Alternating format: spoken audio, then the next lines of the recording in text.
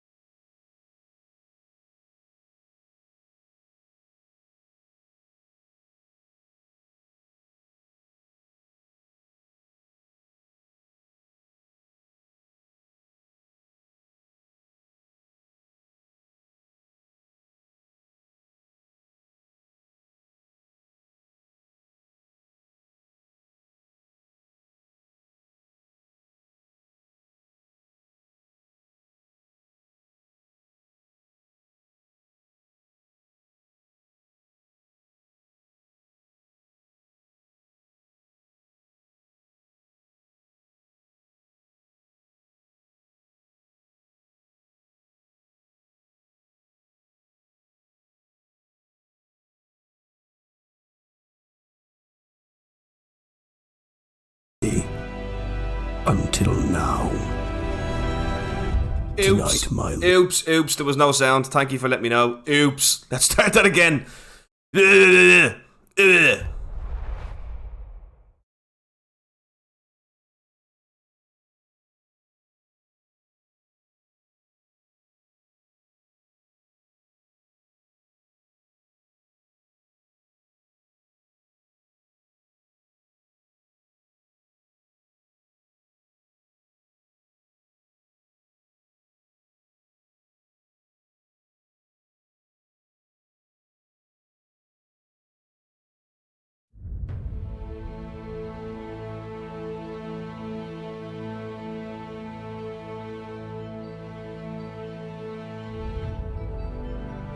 Fort Pysor, an ancient magical fortress run by the Cabal of Law, a fanatical cult of Zemendos dedicated to housing Anexia's most dangerous individuals.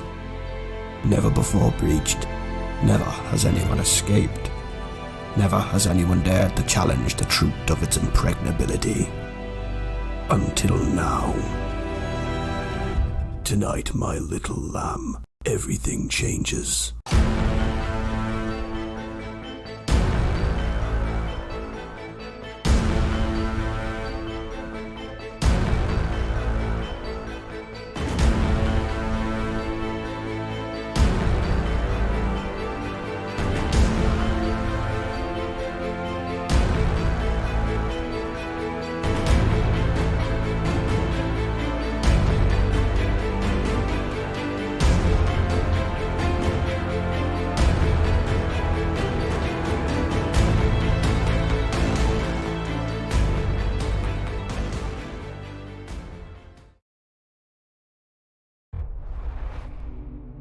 Oh my goodness me.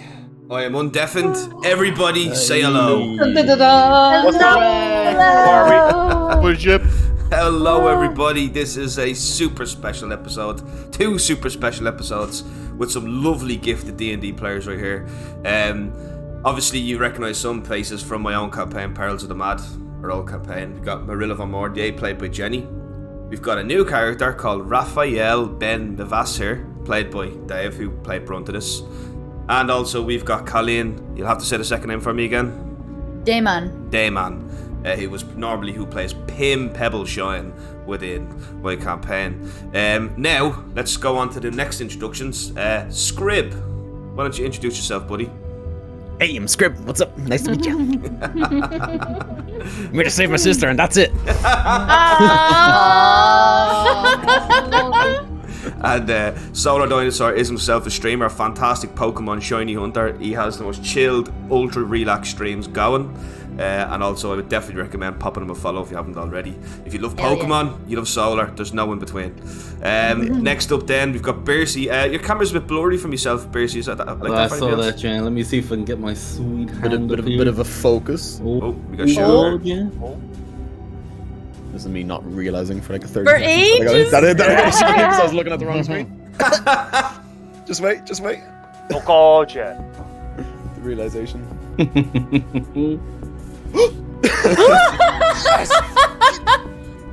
Yes! It's funny. Come on! Shiny turn again. Oh. I love him. Come on. Hell yeah. Hell yeah. Oh God, yeah. Brilliant. Amazing. Oh, that was a long day. Yes. It's beautiful. Amazing. I love how happy. Amazing. Okay. Fucking brilliant. Come on. This is a long old clip, fuck me. Yeah, That is a man, long what's clip. this? What the hell? That's amazing. You know, you can share I'm the pretty sure highlights. it was me that clipped it as well. Yeah. Brilliant. The full 60 seconds. And then we've got Mr. Bercy Kerr, played by... Mercy. Would you like to introduce yourself, buddy? Hello, my name is Bercy Kier. I am a wild magic barbarian from the Gel Carry Plains. Yeah, well done, man. That's amazing. Excellent. And for those who don't know, Solar plays... No clock. No, I'm just introducing their characters Oh, from Actions sorry. as well. That's why he plays Titian, and from Actions and Reactions, and Mr. Clock plays Famori, the drunk. No, he's not drunk, he's just angry all the The time. drunk. He's angry all the time. Do your Grog Strongjaw impression there, go on. Go on. If you like ale, then you have a friend in Grog Strongjaw. That's just The amazing. Goliath of towering height and size. Yes. Oh, you do. And then Love it. below Clock we have the lovely G-Nook, whose name is Matt, and by the way, Clock's name is Peter, in case anyone wants to know that. G-Nook's name is Matt, and he is a there we go. Oh, what's he gonna say? Oh, hell yeah. That's what I'm talking about. That is brilliant. Serious joker, boys, and that man. That is brilliant. Would you like to introduce yourself? I'm Jorkar, that's all you need to know. Oh. Oh boy, we're gonna be great friends. Very mysterious. I'm gonna pump you Again. Again. up. I'm probably a bit low on the stream, so I'm gonna pump you up a little bit. Pump it up. Give us an old test there, Pump Matt. it, boy. Hello. There we go. There we go. Perfect. And then we have Jess. Obviously, you know Jess from our campaign. Go ahead, please. Hello, I am Colleen Dayman, and I'm a fighter from Arham. Durham. Yeah. I was about to give away where I was from. Oh my god, that was really No! bad. More like beef Oh, gravy and no. scotch. Oh yes. Fuck. If it was the gravy was cold as well. Oh, stop it! Oh my goodness. Yous are awful. Yummy. Yummy, how do me know? Yep. And if the skin on top of the gravy, you gotta... Oh my god, stop it. You're actually Stop. making me That was go. after Oh my that god. Urban Dictionary thing. Wookie, you're awful. Iron you. Stop. Pretty People bad. are particularly tame. And last but not least, Jenny, you might introduce yourself. Actually, no, we'll get down. No, Oh. we'll get Dave after that. You go one there, Jenny. Go on. Well, I'm Morrilla. I'm still here. My companions haven't killed me yet, so Only because they can't. yeah, they might in 2 weeks' time. So I'm getting what I can out of Orpit. And actually, last but not least, Dave, would you like to introduce yourself and your character? Hi guys, my name is Raphael. No, sorry, I'm no, man. no, I'm a hobgoblin. I'm a hobgoblin wizard from. You'll find out. And yeah, there's Raphael, Ben, and me Vaser, and you'll find out sooner or later. Hopefully sooner. Cool. Dave likes to keep his cards close to his penis, so I do.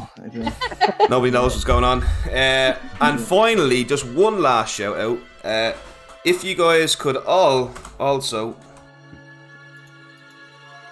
make sure I get this right, head over to this channel from which our new players hail and give it an old follow whiskey. I'm also a player over there. Hell yeah. Check them out. God, yeah. No clip popping up. No, I don't think we have any clips yet. We'll have to sort that out. Get some nice clips going up there. But sounded like he was introducing himself on a blind day. More to come. That would have been Gino. Could be like, I'm Jorkard. That's all I need to know. I want to be with him. I pick him. Change your name. The what? Yeah, only Bethwin. Bet change your name. Hello, Bet. It's a B. It's only B. It's only. It's a B. Hello, B. Oh, Rob. That's amazing. I was looking at it. I was like, love it. who the fuck is a mod enforced in this channel? Oh yeah. The first chat comes up. Yeah. Wow, happy. Brilliant. It's great. What a great name. Oh my Obviously, god. I'm DM Darnold. That's all I need to know. I'm not taking Gino's voice now. But imagine this on a blind date show. How do I make my choice? I'm so and so. That's all you need to know for everything. Nice and efficient. I like it. Hello, bees. That Dimitri sound clip should be working. Not sure why it's not. It's not any, yeah. I don't know why it's not working. You know, sound alerts, so there can be a bollocks. There's nothing I can do about it, unfortunately. But Jenny, you'll just have to do it for them. Yeah, every time. Just Every let me know you click it and I'll just be like, Right, someone did it there. Somebody did it. Do it.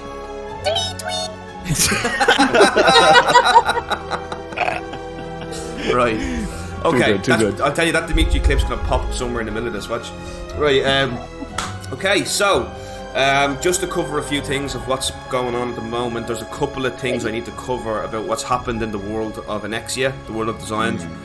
Since the Naru's lads or Billy's lads or whatever they're calling themselves nowadays, the jail lads were sent to the joy or Pysor.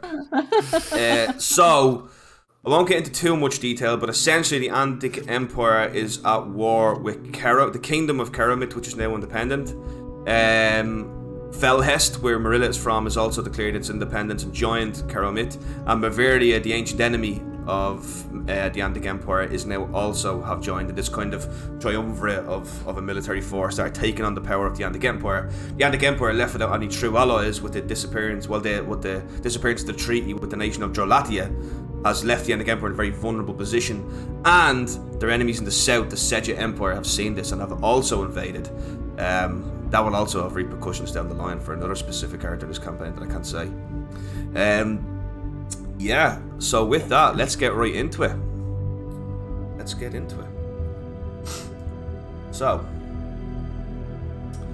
you sit at a table in the Gold Throne Inn. Silence rings in your ears, and the dim light of the tavern creates a gloom that mixes perfectly with the smell of stale ale and tobacco smoke. It is 3 a.m, and Manella's moon shines high in the sky, only a fraction of its full self, which peaked just 2 days previous. Cold winds rattle the window casings, creating an uneasy appreciation for your shelter from this cold night in the season of Einhorta and its bleak winds. The bar lies empty, with a note simply stating, "Help yourselves," nailed to its front. Not a soul can be heard outside or inside, not even in the rooms above. The tavern is utterly closed. Around the table, you see a man. He sits in front of you. He is around 6'3" and has pale skin and light amber eyes. oh On god, his left ear hangs a solid gold ring, and adorning his face is a well-maintained tight beard. His perfectly kept hair tied in a ponytail frames his handsome, well-featured face. He wears a long, black, expensive jacket, and loosely hanging around his neck with a red circular jewel attached to it. The band holding it in place perfect above his white dress short. In his right hand, he holds a long black scepter with a solid gold gargoyle at the top of it. His expression, fashion, and general demeanour place him easily as a Felhestian noble. He is Dimitri Delacourse, the husband of Morrilla von Mordier. To his left sits a pale woman in long Gothic Felhestian style dress. Her black hair flows down the side of her haughty and hauntingly beautiful face, and her blood-red lips as she presses it against the glass of the glass of wine. Gazing at her husband with a dark smile, wondering how long he will keep them all in suspense before he speaks. She places the glass back on the table and looks into each of your eyes, her dark Felhestian eyes piercing your soul, as she gazes at you like a cat playing with the corpse of a mouse. She is Morrilla von Mordier, the doomed beauty of Felhest and the wife of the man next to her. On the other side of Dimitri sits a very different character. Dave, would you please describe your character? What you probably would notice first about Raphael is his ponytail that goes all the way down to his arse. It's a huge, completely knotted ponytail. Heavy set armor on him, and then the giant pike by his side always. He never leaves his side. Then the next you will see his gigantic mutton chop beard. And what is the most noticeable about Raphael is his fire red skin. The skin that would only associate with the race of Hobgoblin. As he just sits back in his chair, with drink in hand, he just looks around, looking at you inquisitively as to who are these people around them and what are they doing here. There's a bit of arrogance coming from just the way he sits. That's him. And then He's on our side at the table. yeah, he's next. And then beside Raphael is a chair with several books placed atop of it. And sitting atop those books is Scrib. Would you like to describe yourself? Scrib is a gnome, about 3'5", 3'6" on a good day. He's got like really dirty blonde hair, but it's covered in dirt. There just seems to be like blotches of black dust all over him. He's covered in piercings on his face. And for the more perceptive of you, they're like hexagonal shaped rather than rings all the way. So all of his ears, eyebrows, and his lips, although you can't see it because he's behind a big bushy beard. Once again, all dirty. He's in a really heavy set of armor, really dark metal. You're not entirely sure what it's made out of. On one side of him, beside the chair, you see an anvil that is stuck to a giant rod and wrapped in place with big gold glistening chains. It is big. It's like way too big for him, but it's there. On the other side of him, there is a huge contraption, just a big metal ball that is just there, kind of sitting beside him. Looks really alien. The back of his chair, and against it's a big fuck off shield that is just like huge and pure steel and super thick, and with a big symbol of Azukaz, the god of the forge, imprinted on the side.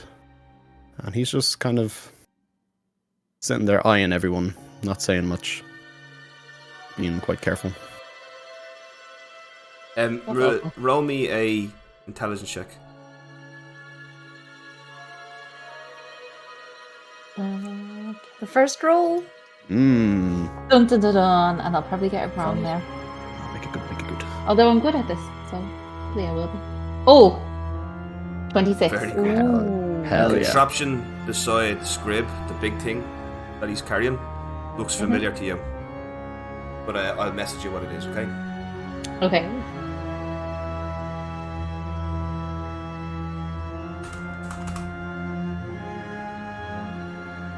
Do you know what, actually, while I'm doing this, next to Scrib, that's right, you see do you know what, I won't even attempt to describe it. Why don't Clock, you go ahead and introduce yourself, or describe your character. So, besides Grib, sitting on slouched in the chair is Bercy Kier. He's a human barbarian, and he is allegedly the last of the Kiltori tribe.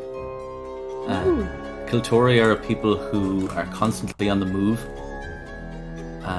traveling across the continent, trading their goods, living off the land, renowned nomads. Looking him up and down, you can see that he's wearing absolutely no armor. He's just wearing some furs wrapped around him, around his waist, and on his leathered skin and rippling muscles, he is absolutely covered in tattoos, the way of the Kiltori. The Kiltori believe that when their kin die, the spirits of them can live on through their tattoos, and they can carry their spirits with them on their journey and leave their physical body behind. You can see some of these tattoos. One of them is a little pixie, another one is a dragon. They have some ones on the side of his head, and as he's sitting there, every couple of seconds one of them will pulse with a little bit of light ever so faintly. He has a short, thick beard and a really thick braid that comes over his shoulder. Probably the most thing that stands out is the pike that he's holding across his legs. It is as black as night, and it almost appears to suck the light of the room into it, and it also pulses quite slightly as well. He is eyeing up the hobgoblin that is sitting very close to him, giving him a nasty look, looking him up and down, not too sure about whether he should have come or not. Two girls were there going, Jesus, who's he looking at? So this is how we're going to start off, isn't it? This is how it's going to go. This is your first time playing with the Happy, even. Yeah. I'm ready to get you going. This is my first time playing with players. This is my first time playing with When players. you get to stab my DM. To the right then, once again it's a circular table, to the right then of you, Bercy, is Jorkar, who's currently possibly irritated by the fact that Bercy's pike is poking him in the leg constantly. Can I go? Yeah, describe yourself. So, Jorkar would be an 8-foot Goliath. You can tell just by looking at him, he's seen some shit. He's just covered in scars, mud. You don't know if it's blood or mud sometimes. He wears this bandana just over his nose and mouth. He refuses to take it off. He's wearing light leather armor. You can tell that it's been through hell and back. And the most noticeable thing is this giant great sword sitting in between his legs here, covered in just you don't want to know. It's seen so much shit, but what you can tell is it's blunt. It's blunt as hell. And he's just cleaning it, not paying attention to anybody.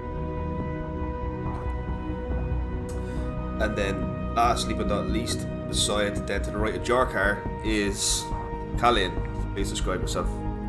So Colleen is a 5'11", pale, I mean like white powdered pale skin. She has silver hair that is pleated all the way down to the small of her back. She has one blue feline eye and one green feline eye. And she is just sitting there in her light armor. It's mostly just leather and then clothing. No weapons to be seen. And she's sitting just with her hands crossed, but so that a huge emerald ring is sitting on top of the hand, but she has not taken her eyes off of Dimitri the entire time. She is just intensely staring at him and no one else. Morrilla doesn't like her. No. Okay, brilliant. What you notice is there's an empty chair there. At the table, which is very strange. Well, it's not really that strange since you know what's going on. Just for a bit of context for our viewers, they've all received a letter from Emperor Travar Calomir III, who's the Emperor of the Andic Empire, an incredibly powerful man, if not one of the most powerful men in the whole of Inexia. He has invited them here. So, Dimitri picks up a pocket watch and raises an eyebrow looking at it. Puts it down and turns to you, Morrilla, and winks at you with a dark smile. Dimitri!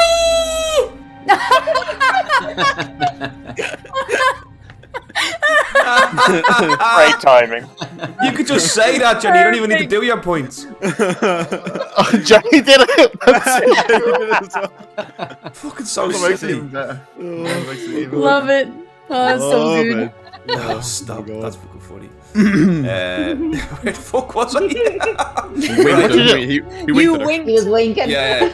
So he winks at you with a dark smile. Shortly, like literally seconds after he's finished winking at you, you all hear 3 loud knocks on the door. It's actually hard to hear them with how bad the winds are blowing outside. But Dimitri looks and just says, good. Right on time. And he stands up and he walks to the door and says, in which direction does the griffin fly? And a voice comes from behind, a sort of elderly and weak. It flies west, and it hearts through. And Dimitri opens the door, and in walks a man in a black coat. Another man walks to the bar, but is also cloaked, with a large blade can be seen down by his side, and the sounds of armour echoes beneath his robes, revealing that this man is ready to fight. The unarmoured cloaked man pulls down his hood to reveal an old face with a grey beard and hair. Water falls from the crevices of his cloak, as there might have been a bit of rain on the way here.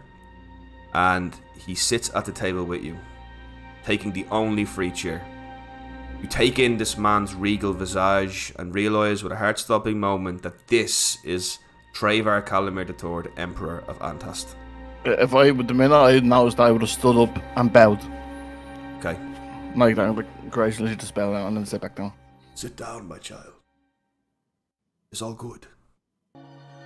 Day at this table is round, but we are equal here. He wears this kind of... What he's wearing is like incredible looking. It's like he's got this kind of...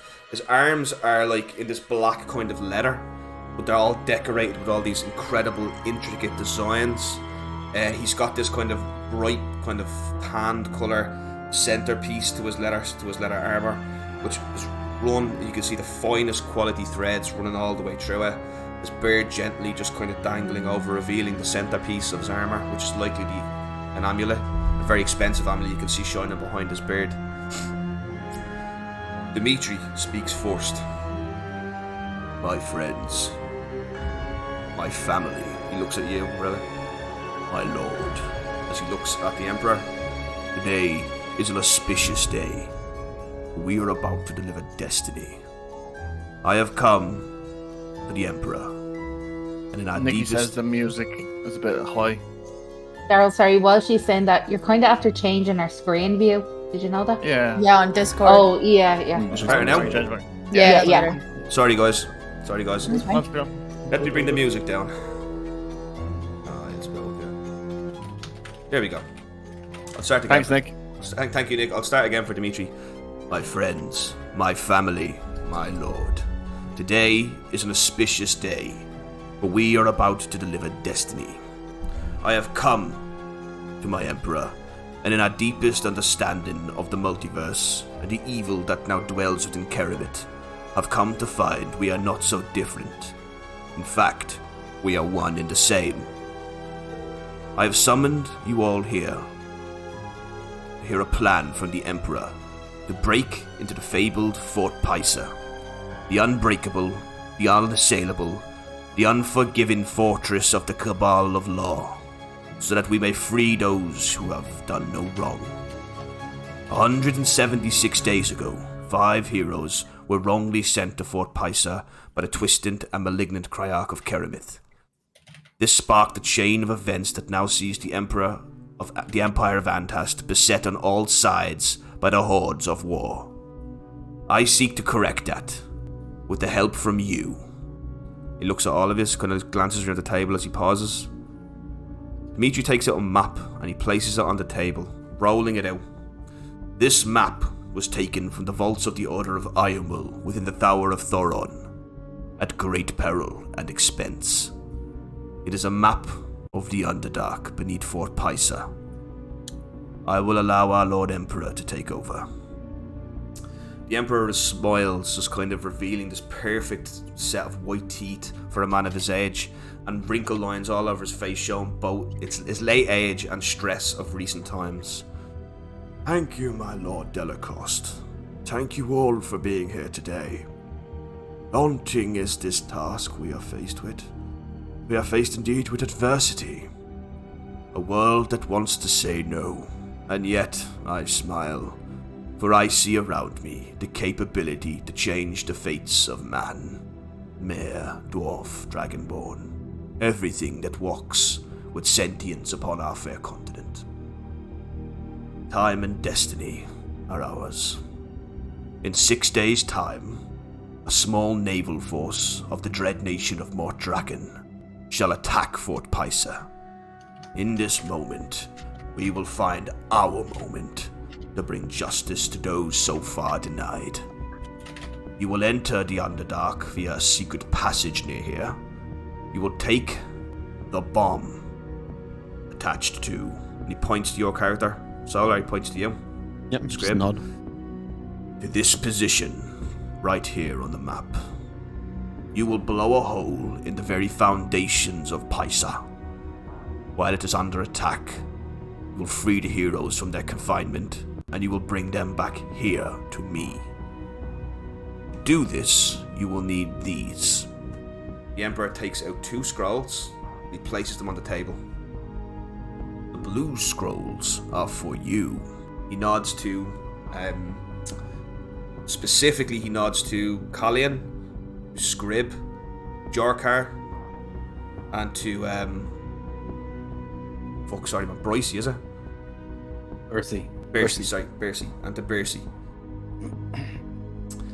And he says, these scrolls will take you to Arhem, where you were acquired after this day is done by their king for another request. You may choose to deny this, go to Arhem and simply find your own passage to where you wish to go. But he and I are old friends. I would not see Percy left without the help of you capable people. The red scroll is for those you are rescuing. This will bring them here to me. He looks at Dimitri, Morrilla. He looks at you too. You will get in, you will get out, and the Cabal of Law will be none the wiser. Questions? Slam my fist on the table and I go, how much we getting paid? Question. For this quest, you will all receive 10,000 gold each. One cannot put a price on life. I won't lie, Bessie. This is a most dangerous task. More than I ever made before, so I'm in. I'm aware of who you are, Jaka. I have heard of your dealings with the trivialities of violence. I have no doubt a brave man such as yourself shall find the Underdark. No large feat. I'm brutal. Yes, you are. I apologize for interrupting, but I noticed that you didn't mention me when you were talking about which scroll. Raphael, that would be your own choice.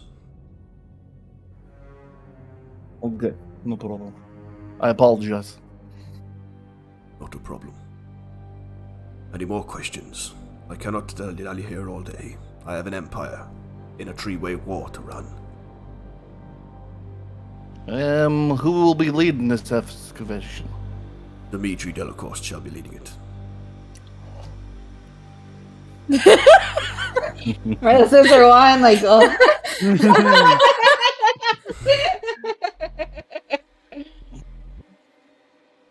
Anything else? You slipped into Dimitri there. Did I? Anything else?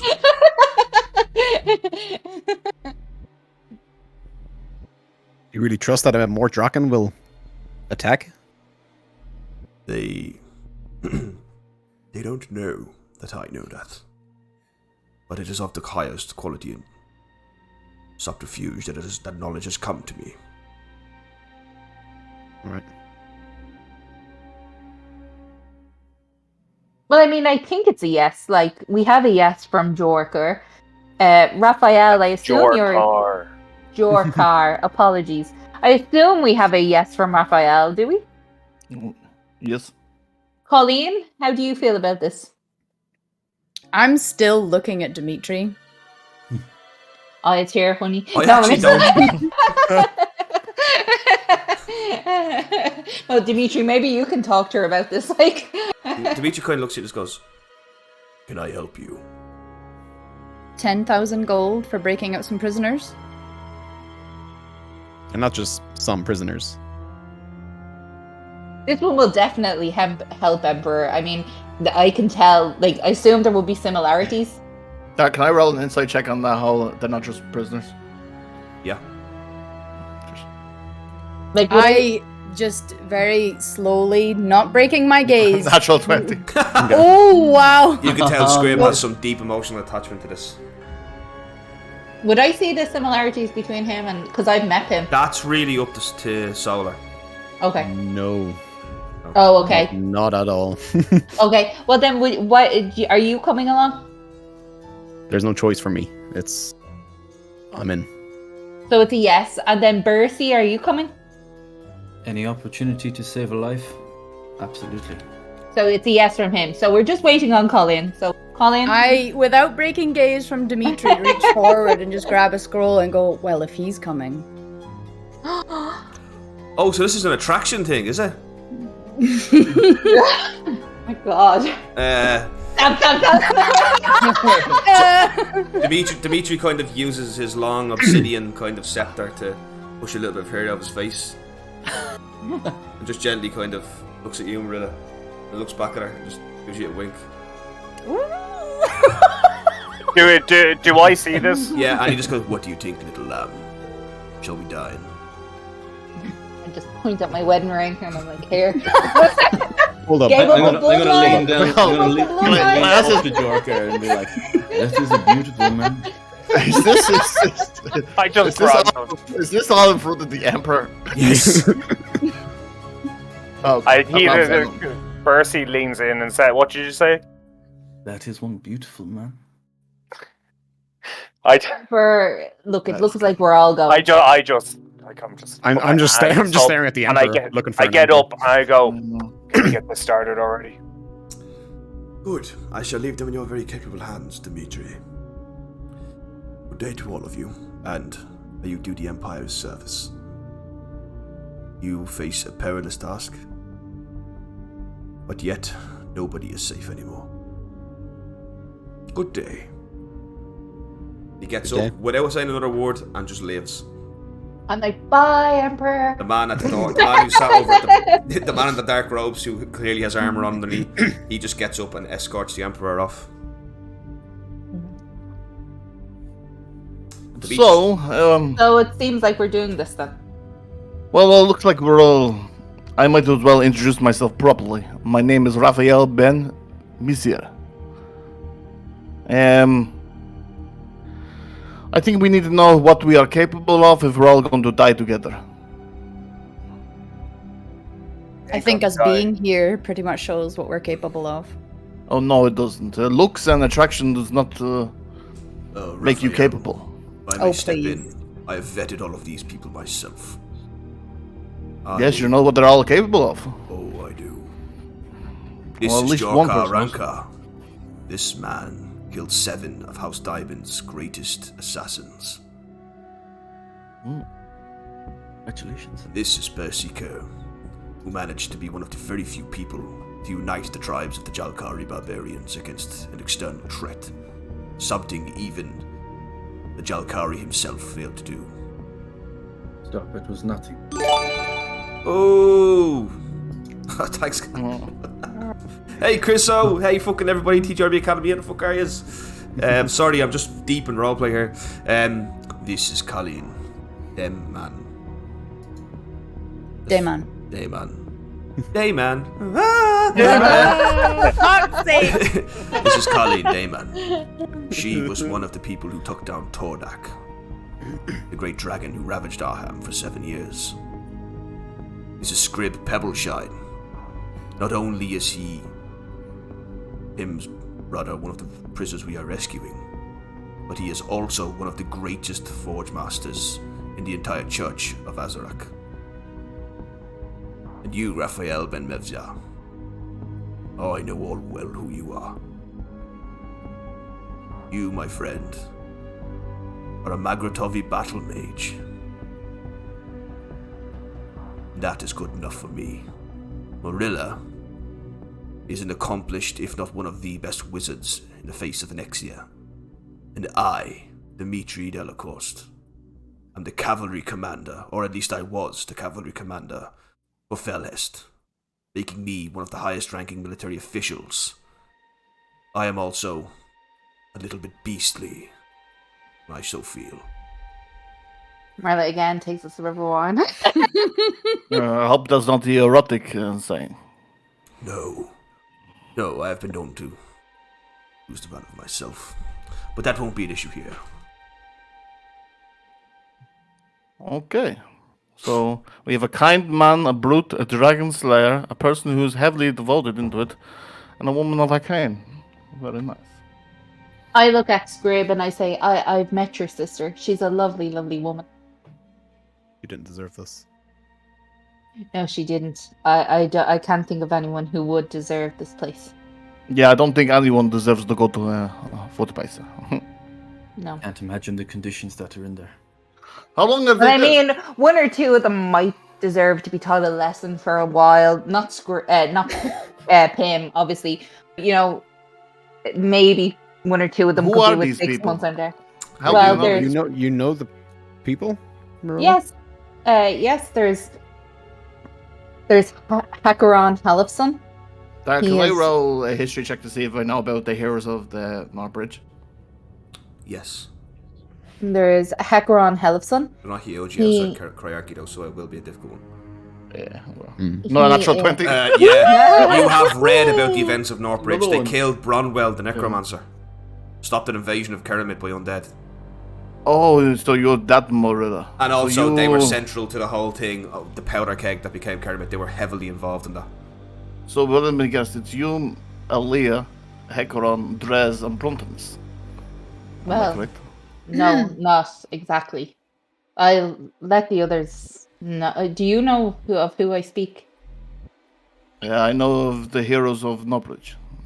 And what about the companions here? I haven't got the clue who the fuck anyone here is. I know Scrib knows Pim, but Who is Pim? Jorkar, do you know anyone? Or Bercy? Here for Or the- Colleen, do you know anyone?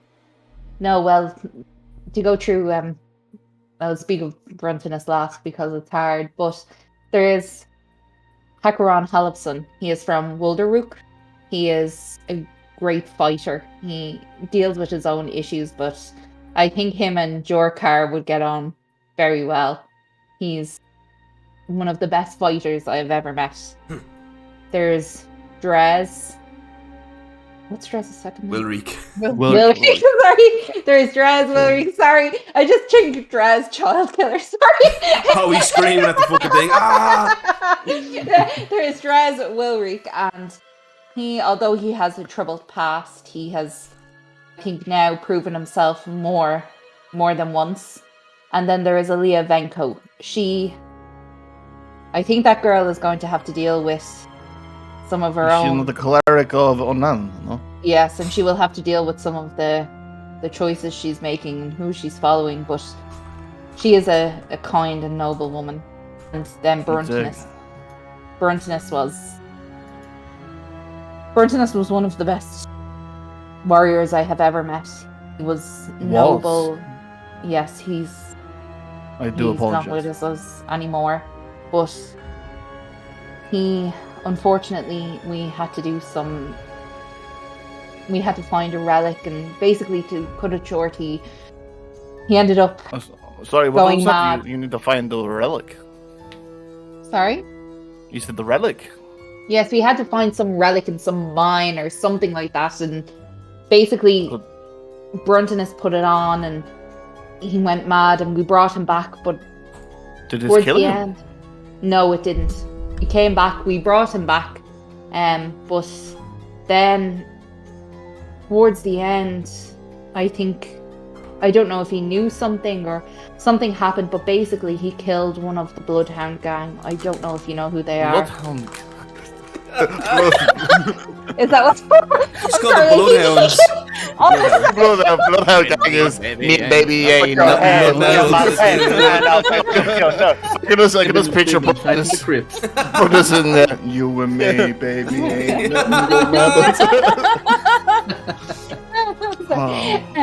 But he was an amazing man, and unfortunately, I think his death brought some tension between the group. Tension. Yeah. They're all bloody useless. As this conversation is happening, I'm like chomping on peanuts, and I go, "Why are we talking about the dead?" Well, It sounds Jorkar, like this I man understand. meant a great deal to you, Morrilla. Yes, well, I understand, Jorkar. No one would speak over your body, but this Burntinus was a noble man, a paladin of peace. So we will mourn his death respectfully. And yes, Colleen, he did give me a Someone he did me a me. Thank you, Beth. And then I say, but not as much as some men. And I put my wedding clad finger around Dimitri. My eyes just roll back in my head. Thank you, Nicky. Go to the bar, hop over it, and grab a bottle of whiskey and start pouring myself a shot. Well, I'm kind of happy to know that we are saving heroes and not criminals. No, there's no need. To be honest, I don't know why we were put in Fort Pysor. The only reason I'm here now is because I never made it there. And Dimitri... I will assure that the Kryak pays for what he did. And how did you not make it to the jail? How did you not make it to Fort Pysor? Well... DM, am I allowed to say? You can say whatever you want. Oh, yeah. Well, to be honest, I said there was a man who was interested in myself and Dimitri. Curtis Einman. I don't know if you know him. I do. Colleen, you do know who Curtis Oyman is. Who else would know about Curtis? You'd know who he is. Scrib would know who he is. Jorkar and Bercy won't know who Curtis Oyman is. Curtis Oyman is the greatest vampire hunter that ever lived. You guys know him by Vanuel, though. And he brought me home, and Dimitri got me from my home. And we now have a plan to rescue our friends. No, it was You're telling me that a renowned assassin just took you home? But yes, that was the plan all along. He has no interest in me. He wants Dimitri. I apologize, I'm a very inquisitive person. Well, you were talking about the bestiality oak and a vampire hunter was hunting. You are not vampires, no? No. I'm a werewolf. No. That Curtis... answers a bit of that. There's a long history there, an orphanage, a tragic end, sounds against werewolves. Sounds like a human fighter to me. Basically, yes. Basically, Colleen, I went home and Curtis Simon doesn't really have any interest in me. He obviously is more of the vampire-like and... When I feast on his eyes and dine on his innards, Curtis Simon will be no more a problem. I looked at Dimitri and I'm like, Dimitri, we have a plan for that. It's nothing. You can see Dimitri's getting quite tense. Like, he's very angry at the mention of Curtis Oyman. Like, clearly it's somebody he loathes. And I just yell over and go, "So you fancy a dog?" Excuse me? Yeah, you heard me. Say that again. D-O-G. You calling me Dimitri. a dog? Yes. Dimitri, I look at Dimitri and I go, Dimitri, why did you bring him? Well, he was based on the Emperor's recommendation. He wanted somebody native to the Andhast here, said they had more to play in it. Jorkar, let me tell you one thing. It's not wise to insult your allies when you're going into the Underdark. One can find many ways to find a grisly death down there without friends. Your mic cut out. Oh, sorry. No, Matt. Oh. We'll see what happens. And as Dimitri says that, I stick my tongue out at Jar. I'm like... Morrilla, please. Don't degrade yourself. I'm sorry, Dimitri. It was living so rough for so long. It's taken its toll on me. Don't worry, my little lamb. We'll have your palace again. So I guess I think Dimitri has a point, though, to be fair. I mean, if we're going into this place, we kind of have to work on the assumption we're going to have each other's back. I mean, no one has done this before. This is your only chance to leave. Well, you'll have another chance to leave once we get to where we're going. Beyond that, you're committed. Should you wish to not come with us, how is your chance? One of your 2 chances to leave. Just want to get this thing going as fast as possible. Good. I shall retire to my more pleasant quarters, and you shall take the rooms here. Help yourself to the bar. It's all been paid for by the Emperor. Morrilla, come. I will follow you in a moment, Dimitri. I just want to speak to Scrib. No problem. I will be here at midday tomorrow. Carriage. You will all be ready to leave, or you will be left behind. He stands up. Dimitri does act with a military kind of style to him. And he stands up, he picks up his massive axe, Drajnit, which is like this black axe that has these red kind of hellish lines running through it. And he stands up. And he has his little scepter in his other hand, and he just walks out. My eyes follow him the whole way. Checking out that ass. That ass. Morrilla, Dimitri looks back at you and says, if you wish to bring a side tonight, Morrilla, you may. You know what that's code for. Okay. I volunteer.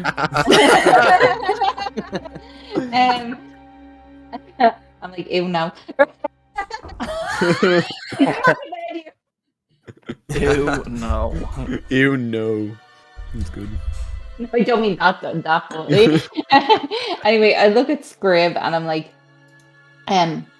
your sister. Yeah. Can you, like, I just think it's interesting. We both know her, I suppose. How do you think she would have coped in Fort Pysor? Not well. Mm. I just. She seems like it. Oh, sorry. Well, no, go ahead. Go ahead. I apologize. I just need to get her out as fast as possible. Yeah, she seems like a gentle soul.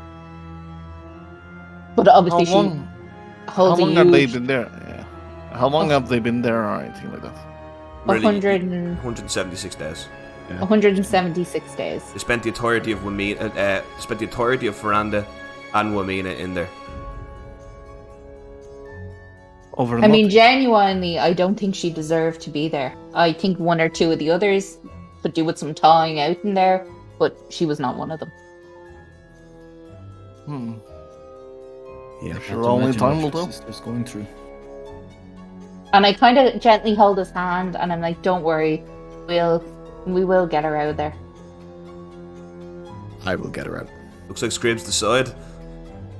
Well, I mean, we're all going to try, Scrib. When was the last you heard from your sister? Probably 100 and something days ago, huh? I don't really get word out of it. We keep in contact. Like, you can actually decide that, Colin, when the last time she wrote was. Yeah. Actually. Oh, yeah. I was going to say, why is Colin? Yeah, because she is. Grib would have known that she would have been leaving Jestemir on the way to Northbridge. Yeah, that's exactly what I was thinking. It was. How long ago was that before the arrest? Actually, It's like 3 months. Yeah, it was nearly 100. Like, she left right at the end of Einhorta. Right. So she would have been about over 200 days, probably, actually. More likely. Yeah. That's fine. Yeah. Well, Scrib, the only thing I can say is she is in there with Drez and Hakaron and Elias. So, I mean, I doubt she's had that hard a time. I mean, they can handle themselves. So, she's in there. No? Sorry? Yeah, heroes, no? Yes, exactly. So, I mean, maybe it may not be the best vacation in the world, but, like, I mean, there's bed, there's food, she's protected, and we'll get her out. Jorkar, you, being a man who spent a lot of time with unscrupulous sorts, would know the dreaded reputation that Fort Pysor has what Morilla's saying there might not exactly match up with what you've heard. I just look at her and I just go, like, you're completely wrong. This is the worst of the worst. He doesn't need to know that. I know she's strong, but my baby sister would not do well. She's not doing well then. She is not doing well. Sorry. I was like, I'm really worried she's not doing well. No, she's not. She's not doing well at all. No. She has It's her better friends to tell the truth than lie. Well, I just pat Scrib's knee and I'm like, well, at least we're getting her out now. She won't be there too much longer. And Marilla's like, I'm kind of done with this. Nice. Head on up. Yeah, I'm gonna clamber down off my books. I say in Gnomish, I know the Gnomish people very small, but they have the biggest hearts, my friend. Don't worry, we'll save your sister. Reply in Gnomish. Thank you, Raphael.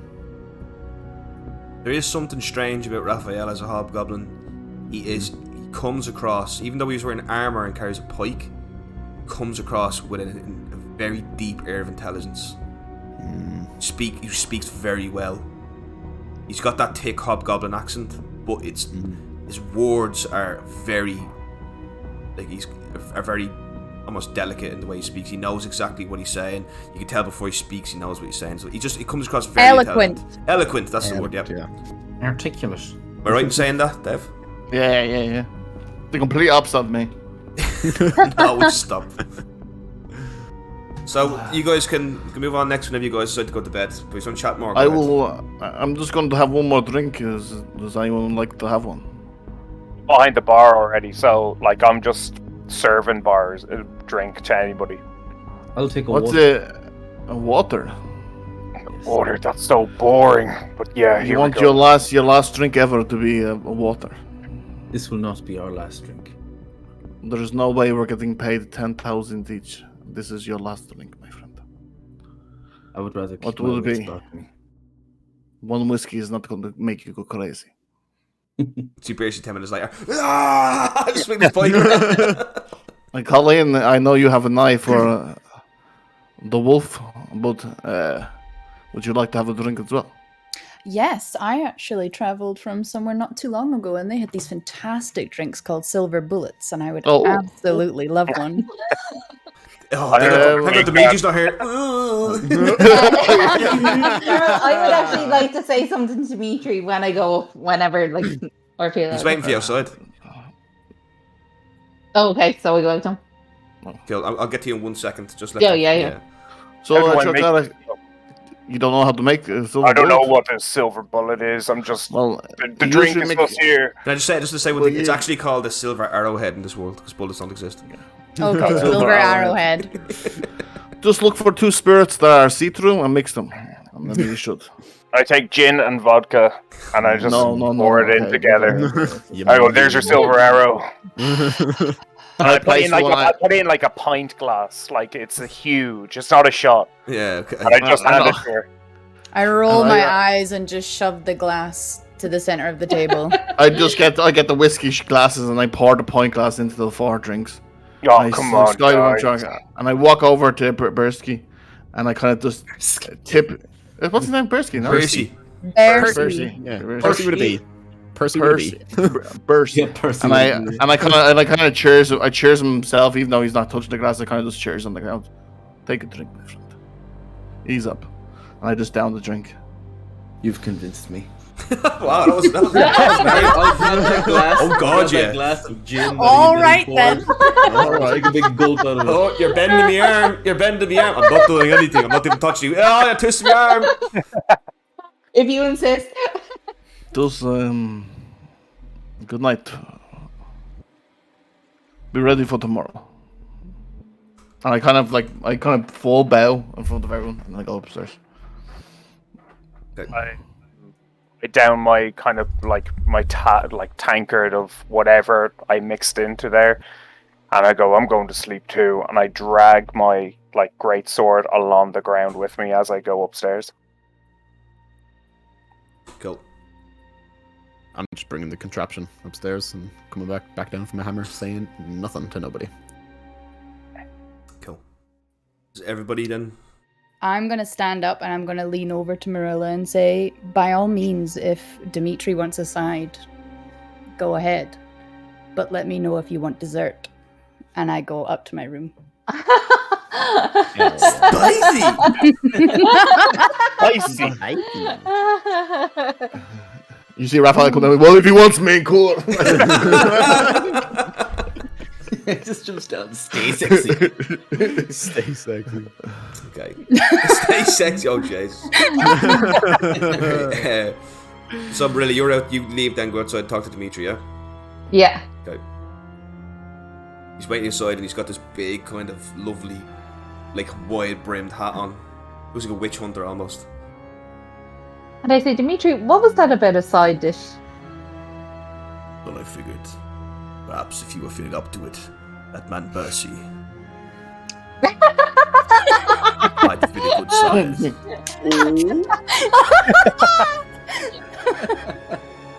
And I say, Dimitri, you remember I gave up a lot for you.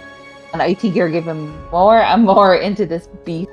he gently takes your hand and goes, Marilla, you have my heart. And you have my lust. It is yours to do it as you will. Ooh. And in Morrilla fashion, she goes, well, Dimitri, you can sleep with the side or the dessert tonight. And she goes up and she locks him out. But I fancy lamb. Nice. Blocked.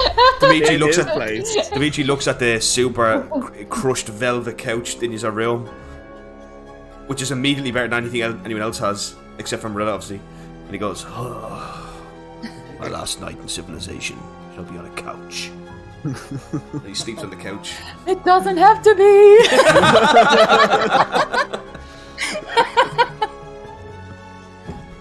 So, yeah. So, an early morning arises.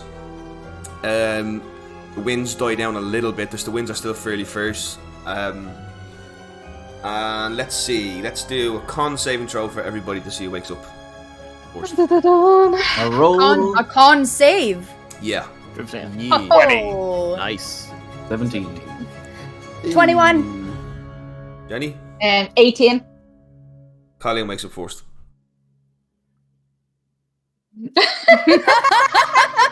Mischievous. Marilla's like sweating in her sleep. It's the funny thing, Marilla's never had Oh, that's not right. Marilla's never had competition before.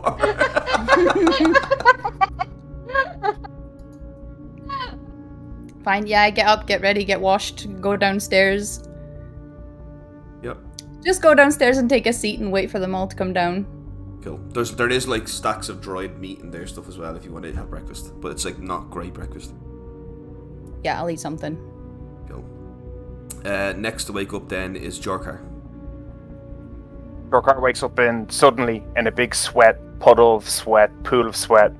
He had a dream of when he was a childhood, during his childhood, of when his village and his whole family were burnt to death, with this shadowy figure like looming towards him as he's running away, and he just grips his sword and just really grounds himself and starts to get ready and go downstairs. Cool. Once you get downstairs, you find Colleen sitting there, kind of drinking some water or whatever the fuck she's drinking, and possibly eating dried meats. Can't remember your answer. Yeah. I just pass her and I go into the kitchen to grab food from her myself. I don't really take much notice of him either. Okay, cool. I think Percy, you got what? 17. Me and Scrib both got 17. Scrib got 8 then, no? 17. You got 8 then. Heard someone shout 8 then. Marilla, so you wake up in your bed. Dimitri has snuck into bed beside you during the night. He didn't wake you up. And he's asleep. And you look at Dimitri and you realise that no matter how handsome a man is, all men sleep ugly. Oh, so good. That's not true. That's not true. I don't think that.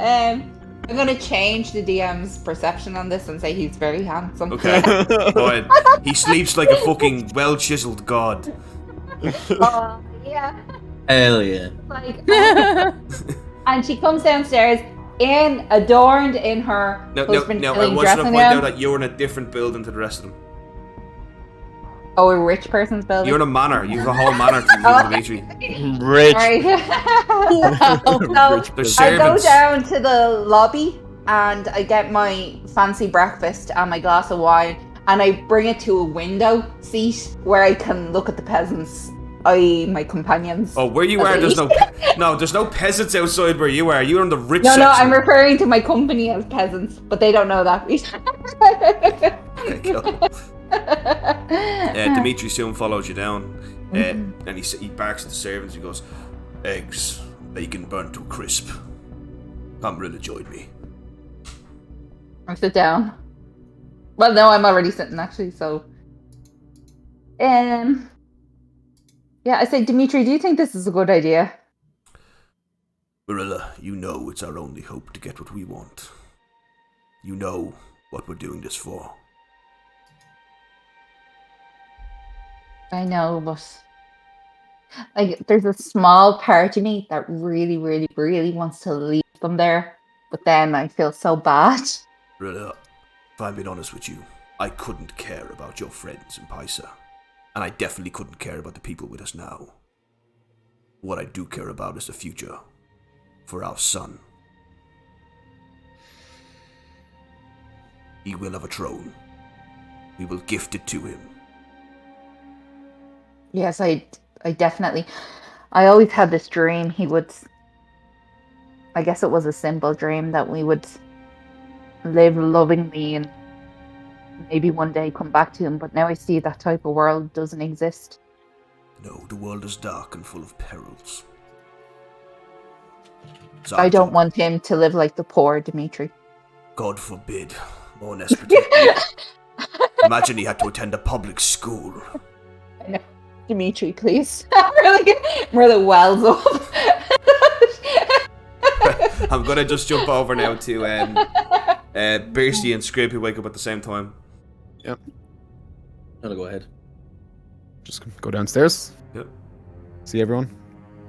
First eyes I meet, just like, hey. Oh, do you know what I will say? Actually, Dimitri will say, perhaps it would be good for you to go strike a friendship up with our colleagues, so that you may find where our head's at. You know, Dimitri, I'm going to be honest here, and I don't mean it in a bad way, but when I made friends with my companions, although they weren't wealthy or noble, like, they did have charm. And? I'm just saying, like, you can have a good time as well.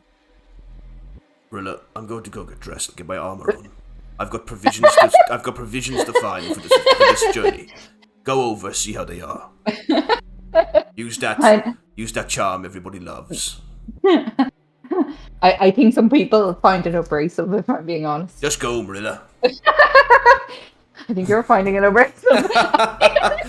He gives you a tender kiss on the cheek, and he goes upstairs to adorn his armor and stuff. Right.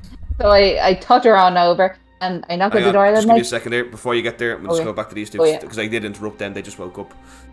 So Scrib went downstairs. Yep, like fully armored, like ready to go. Okay. That's it, yeah? Do you want to do anything else? No, just catch someone's eye, but like, you ready for today? Whoever I see first. Yes, and there's food over there. Thanks. Bercy, do you want to do that? Grab some Nash. First, he's going to wake up feeling very heavy and look over and realise he's been holding onto the pike all night. Okay. Yeah. I'm sorry, that's one of the... holding onto the pike. I know, not the other pike though. Is that what they call it nowadays? Holding onto the pike. A little tattoo on his hand of a woman's face shines a little brightly, and he smiles and he gets up out of bed and he wanders on down. And he sees Colleen and he goes over and he's like, "Did you get your dessert last night?" Sadly not. Maybe next time. Maybe. Look over and see if I look Bercy up and down. Oh, wiggle my ass as I'm walking over to get some. He's got that swagger. This is the most sexually charged D&D I've ever done. What the hell? Yeah. On a job, like. When Bercy is waddling over, I just throw food at him and go, "There you go." Oh, thank you very much. How good of a cook is Jorkar? Not the best, but he knows his way around the kitchen. Oh, It could be burnt. This is delicious. Thank you very much. I really appreciate this. No problem. Is the garlic black? It's crunchy. Crunchy. It's like Eowyn's soup. Oh. Wow. No blow. No blow. Okay. And is there anything else you want to do before Morrilla arrives? Dave has to wake up. Oh shit, Raphael! Sorry, I thought you were awake already. He's sleeping in. Raphael, you wake up. The smell of burning food. I don on my armor, and I pull a memory from my mind, and I put like a little picture in front of me of the table of last night, and I see Morrilla, and I just circle Morrilla, and I like get my arm up, and then I start going past it, and then the image dissipates. Okay. I pick up my pike, and I start walking downstairs. You don your armor? Don my armor, yeah. You come down the stairs and find them all sitting around eating sort of burnt bacon. Gribb's already taken all the most burnt food and is eating it. Oh, okay. He loves that shit. He's gobbled that up. Yeah. Yes, eat, little one. You need it to grow. Funny. That's a bit racist, no? Yeah, I thought it was funny. Oh, okay. You would. No. Anything that a humanoid could eat. Pardon? I'm not eating dog food. What is it? What did you say? We're eating dog food? Who prepared it? That was I. Exactly. I will go and see if there's anywhere I can get the proper food. Don't listen to him, George. Wow. It's delicious. I thought it was good. And Really as I like wipe my lips with the napkin that is like tucked under here, and I put it around my face, so there's like food stains on it. Oh, yum. I don't mean to be rude. It's just when you have a certain class of meal prepared, it's very hard to go under it. And that does not look appetizing. What do you mean? It's not about the presentation, it's about the taste. As I pull up a fork and it's just burnt and just horrible, I go, try it. Yeah, I'm okay. I will get. Anyone want proper breakfast, or are you okay eating the nice and crunchy thing from Java? Yeah. As I eat it. No one? No problem. It has a nice grassy taste. I go. I was going to see if there's. Yeah, as you walk to the door to leave, you just kind of really find the door locked. Someone's trying to get in through a locked door. Hello? And I'm like banging on that door. What is the password? Morrilla like bounces in. Good morning, all. How are we today? And as she's What's that? The Doom? What's that called? Doom Beauty of Fellhest. Yeah, Fellhest. Yeah.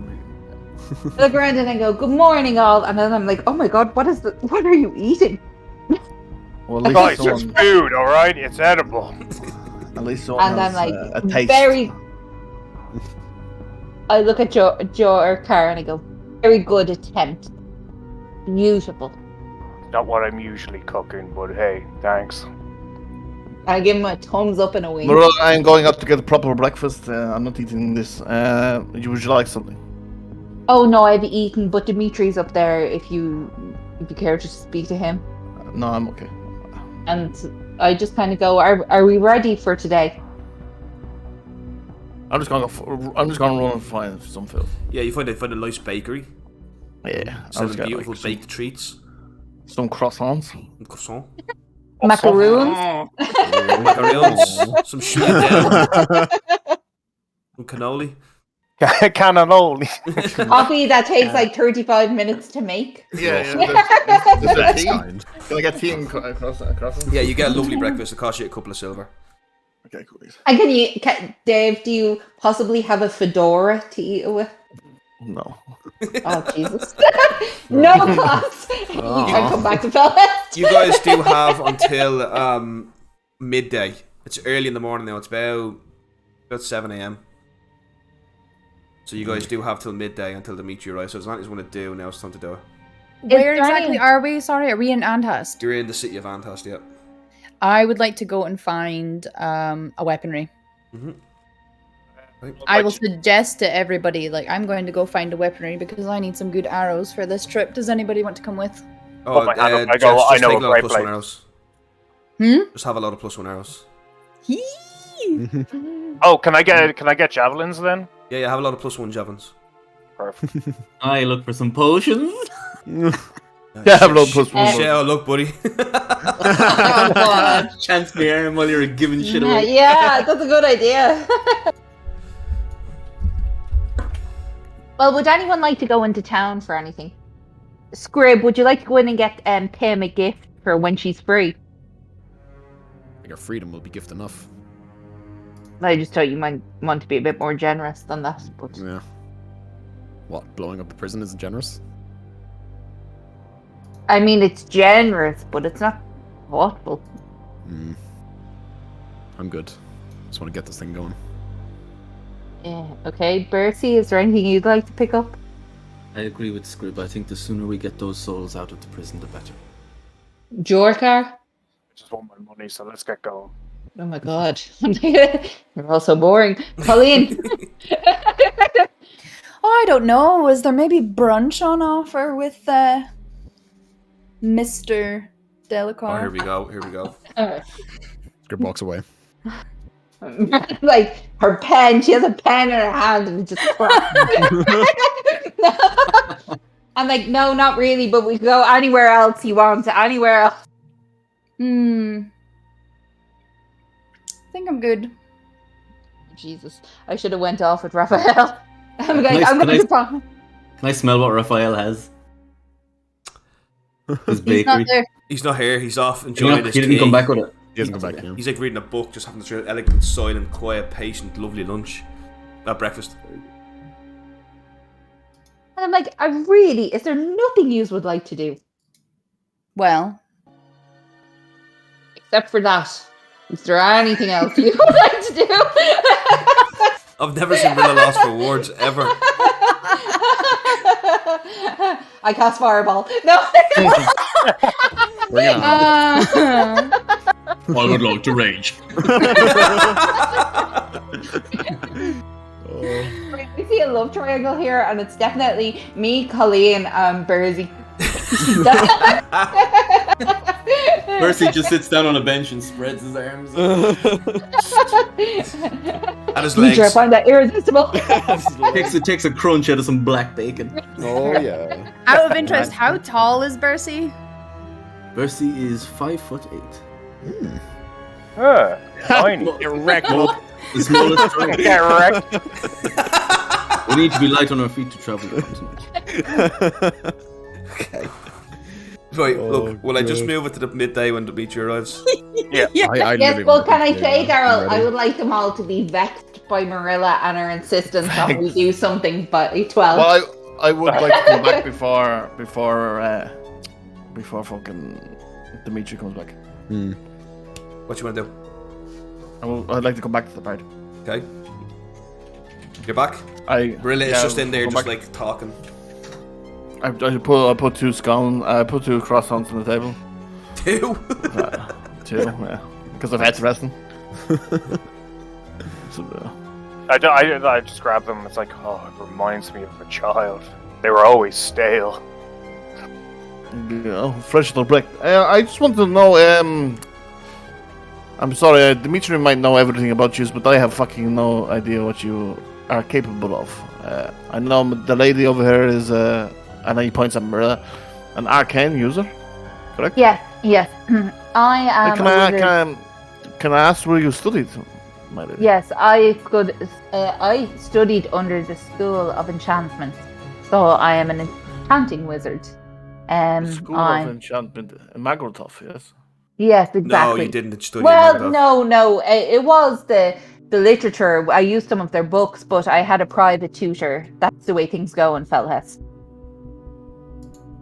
Okay. That's a bit, who was your private tutor? Well, his name was, I don't know if you would know him, but you're helping us, so perhaps I could say, Viscus? Viscus for millions. Yes, exactly. The Archmage. What do you mean, the Archmage? The council member of necromancy. No, Daryl, hold on. What's going on here? Well, if you knew Viscus Verminius was an expert in the art of necromancy skill, Now, you never raise bodies because that's super illegal, but there are magic spells within the vein of necromancy that people are allowed to use. But I thought he was meant to be hidden. Yeah, you did. And therefore, there was an archmage in Magrotov. Sorry, so you know who Viscus is? Yes, is there a problem with that? He's your tutor, no? No, not at all. It's just obviously when I fell from. I know him very well, actually. When I fell from Felhest, I just lost contact with him. Do you know about him? I know everything that there is to know about him. Has he settled down? No, has he settled down? Does he have a family? You do recall that Viscus has a son. He possibly has a son. Named Victor. Victor? Why? I feel like there's more. You're trying to hide something. No, obviously it's just hearing about an old friend can bring up a lot of emotions. I apologize. I won't. No, I'm happy to hear deeper. I'm happy to hear he's doing so well. Listen, could I ask if you'd you like, a I favor? could send him a message if you'd like. No. I would actually ask a different favor. I would ask that you not mention our meeting. I would not like to distract him from his studies. I distracted Viscus for many years in tormenting him with stories of Dimitri and running away from Felhest. I'm so happy to hear he's doing well, and I think it would be best if he know I popped up again. I cannot promise that. Why can't you promise that? Sorry, why can't you promise that? Because he is a council member, and I am a part of the battle mages of Magrotov battle You mages. should promise it. I'm just asking, how long have you known him? Viscus showed up a couple of years ago, but you can't remember how long ago, really, off the top of your head. Could be a few years.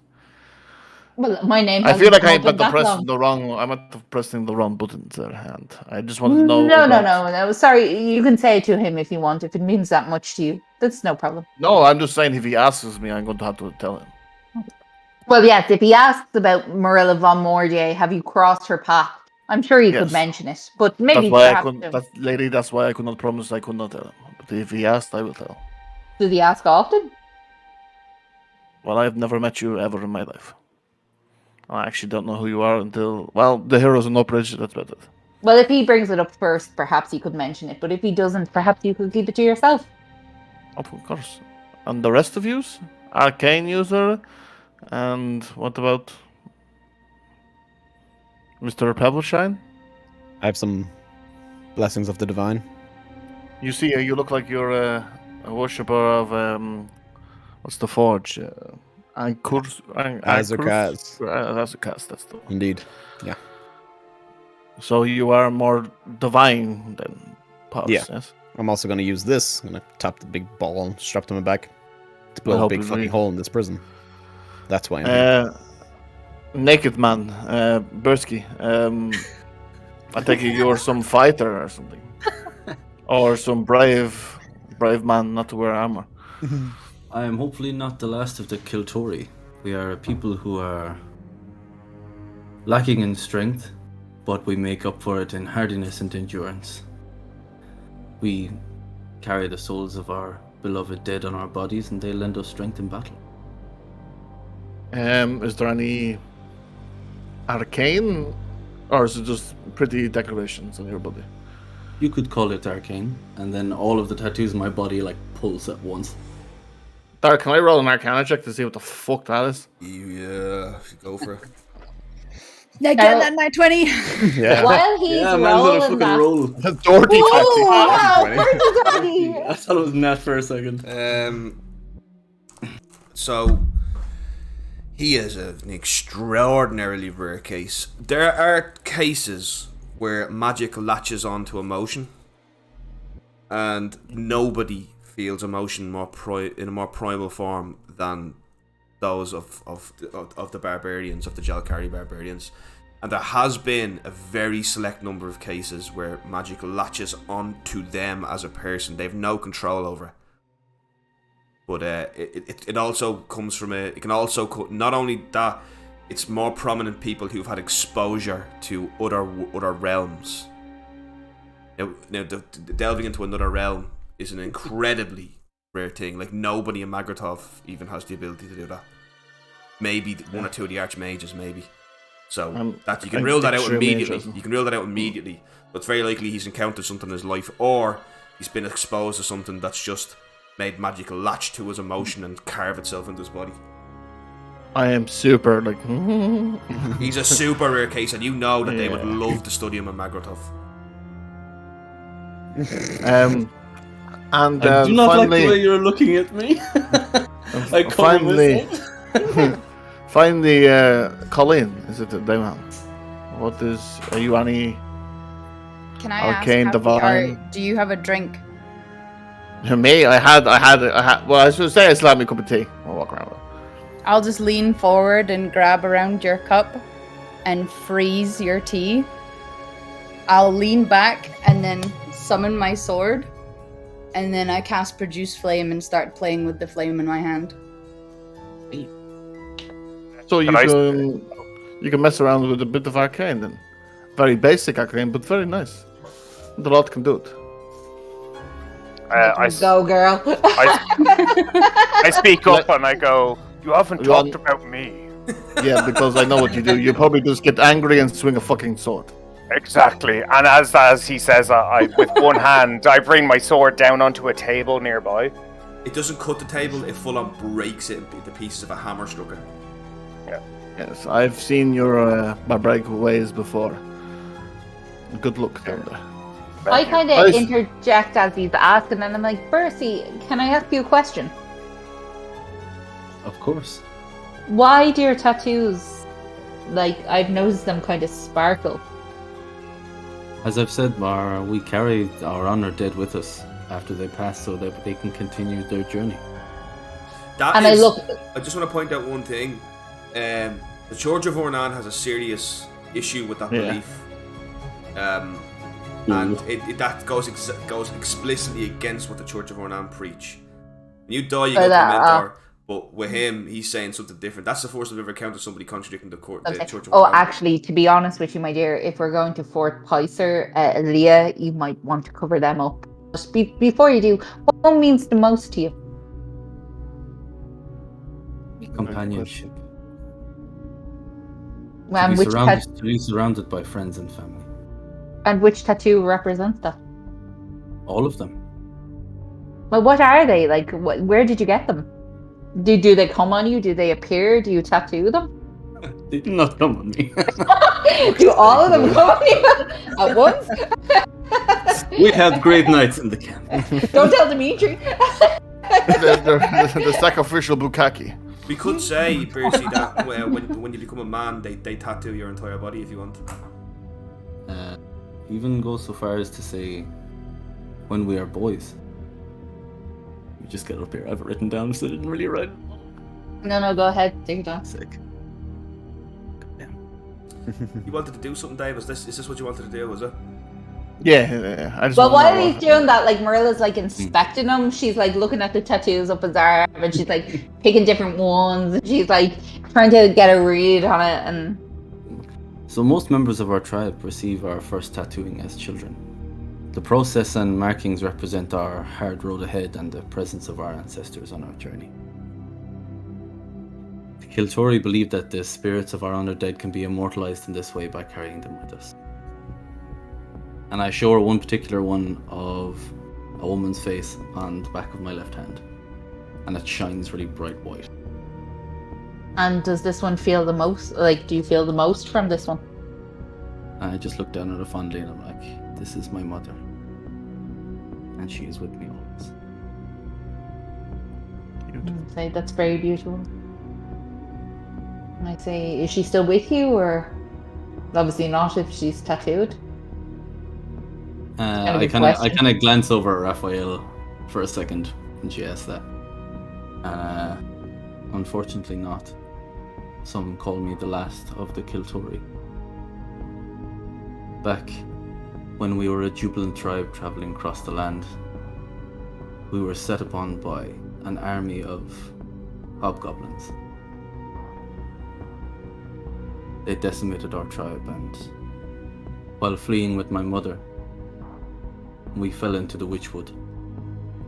Upon walking back the next morning, I noticed that the sun was not rising, and I was not in the same plane that I was. I have to say, Can I insight check emerged- Raphael to see his reaction to this? Yeah. Raphael, this is a incredibly, insanely rare magical phenomenon.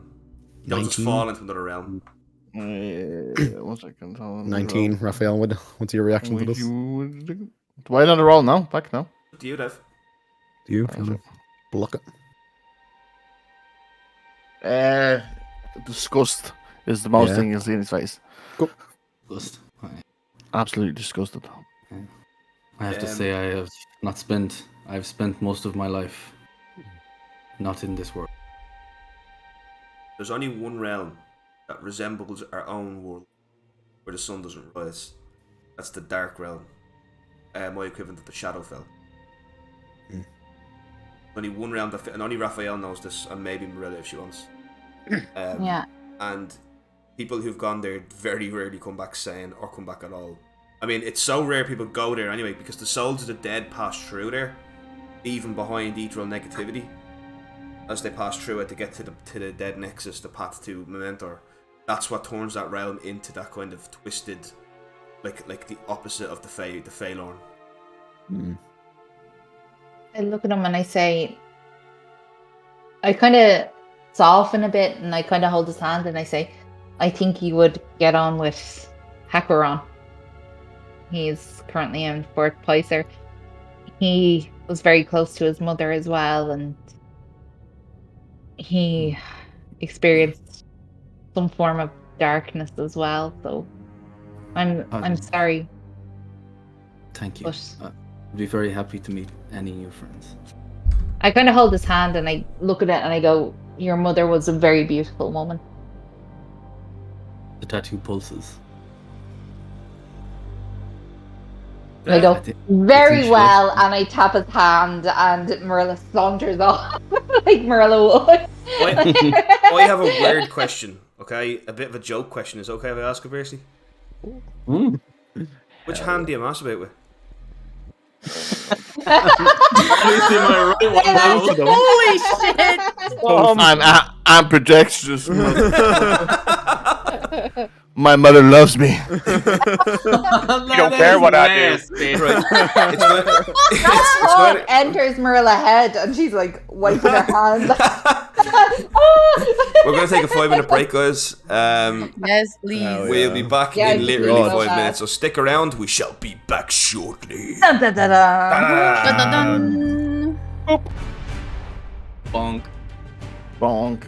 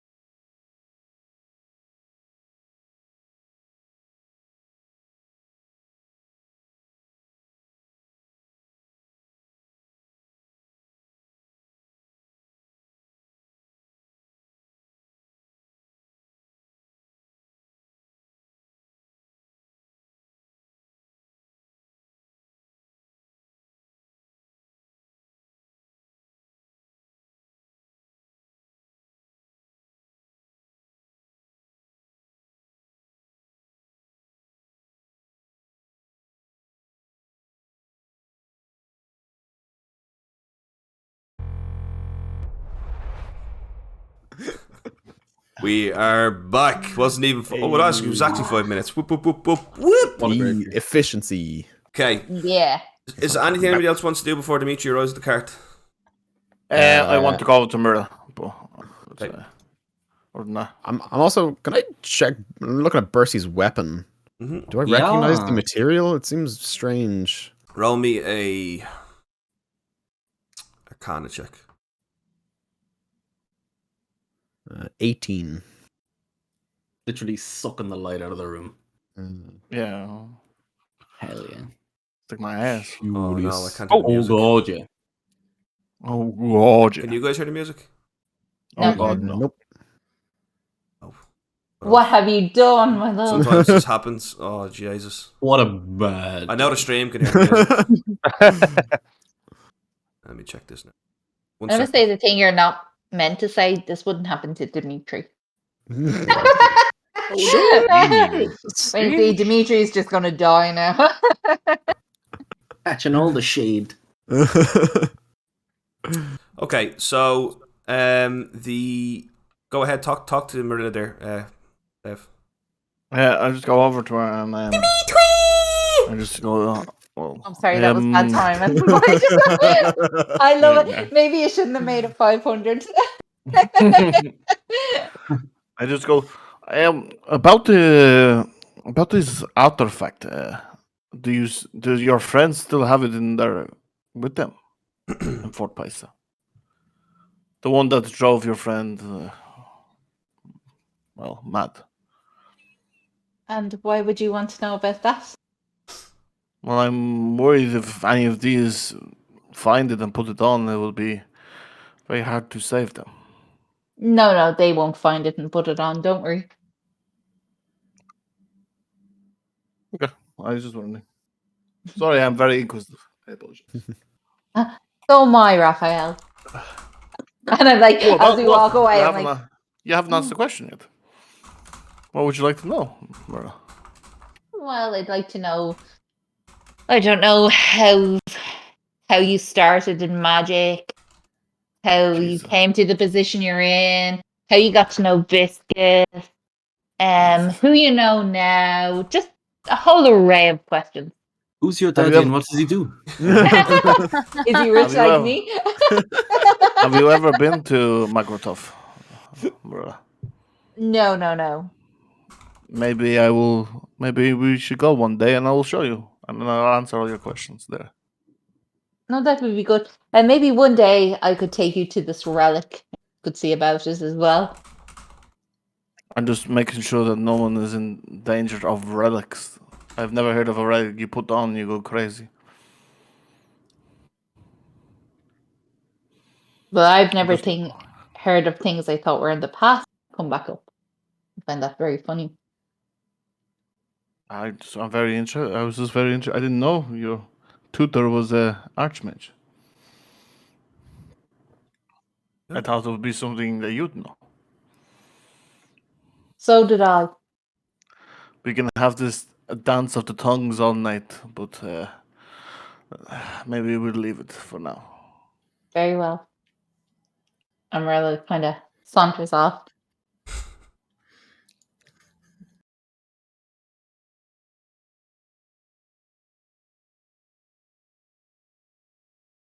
Okay. So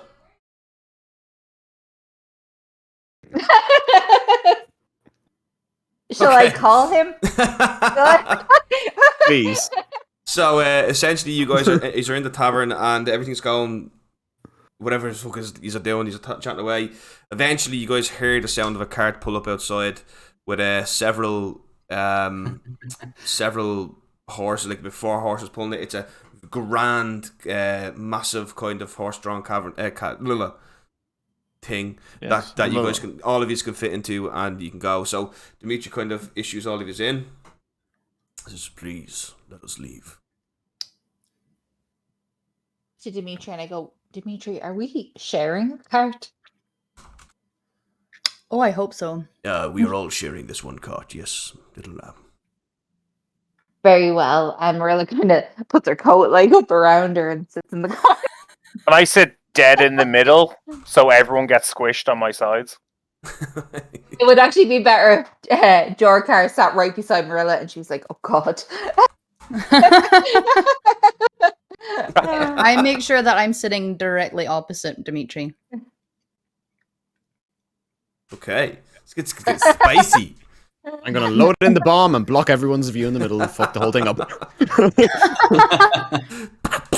Keep going, Carplos. Alright, so... Okay, let's fucking... Sorry, Daryl, on that roll. Sorry, I rolled a 18 for the weapon. Oh, yes, sorry, yeah, the weapon. Any idea what it is? You have no idea what that thing is made of. Excellent. Actually, before we roll off, I go, Dimitri, could I speak to you outside for a moment? I'm not going into a big RP thing here, Daryl. Okay, go for it. Outside, I just tell him everything that Raphael has told me. About Viscus. About Viscus and being the thing, and obviously everything you know as well. Like everything about Victor and stuff, like that you already know. And then I... Okay. He kind of looks at you kind of shocked and a little bit kind of taken aback.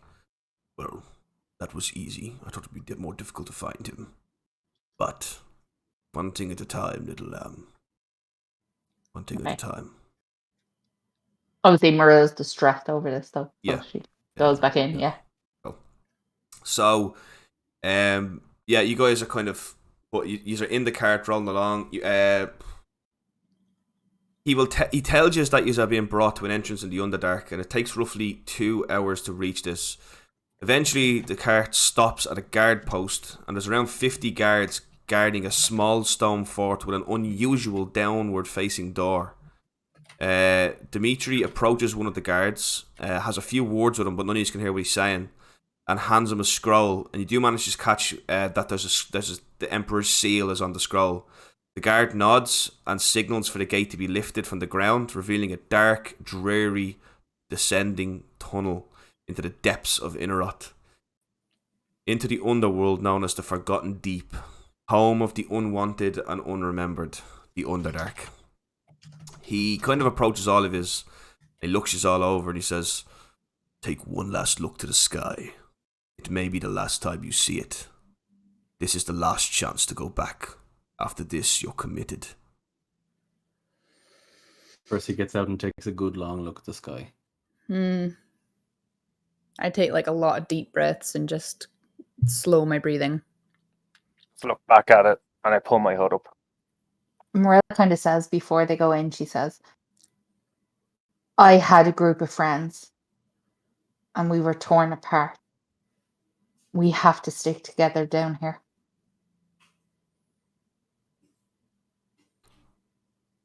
It's kind of I've become real serious and I just nod. Okay. Dimitri takes out a little bag and he hands you all a small little vial of liquid, green liquid. He takes it out and goes, "This is a vial of extremely potent poison. It will kill you without doubt. Should you fall into the arms of the enemy, the great evil, the Drow, it would be better to drink that poison and embrace the Grimfather. For all the pain and suffering your death may bring upon your loved ones, it will pale in comparison to the cruelty of the Underelves. Are we ready? Shall we go?" And I grab the poison and just throw it onto the ground. I'm not taking it. Okay. I kind of put my hand on Scrib's shoulder before we go in and I go, Scrib, I will do what I can to get your sister out.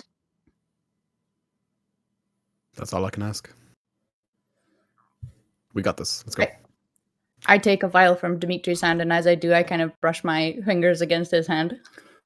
And Morella gives her them Pulp Fiction eyes.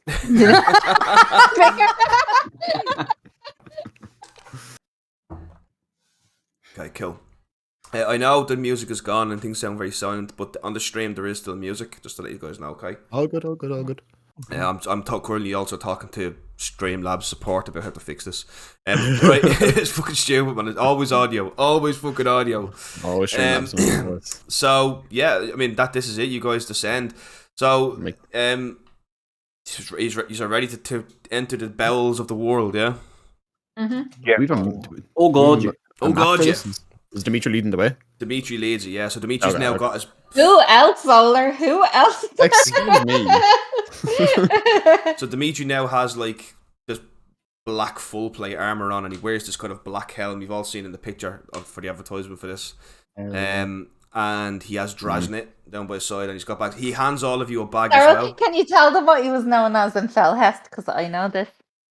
Yes, I was trying to remember that and I couldn't. Do you remember it? The Prince of Umbra. That's what it was, yeah. He's the Prince of Okay. Umbra. He's known as the Prince of Umbra. The cavalry commander. House Umbra? Not House Umbra, no.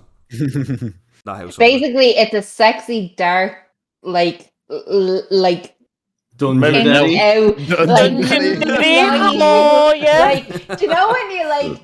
Do you know when there's like a battle and you think you're losing, and then this like horse comes up who's like breathing smoke, and there's this really sexy, like knighted out Rider, figure on top who's like you're like when the joust roses being thrown and things like that. no, like no, that. no.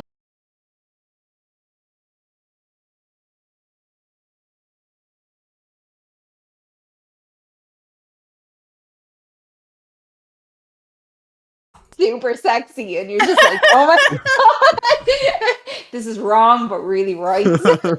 That's Man Dimitri. says the smoking horse. That's the Prince of Umbra. God, yeah. No, God. Oh yeah. Oh god, yeah. Sums it up. God, yeah. Yeah. Fuck, that's Going for Hey, it. baby, you take over, DM. I'm gonna be walking.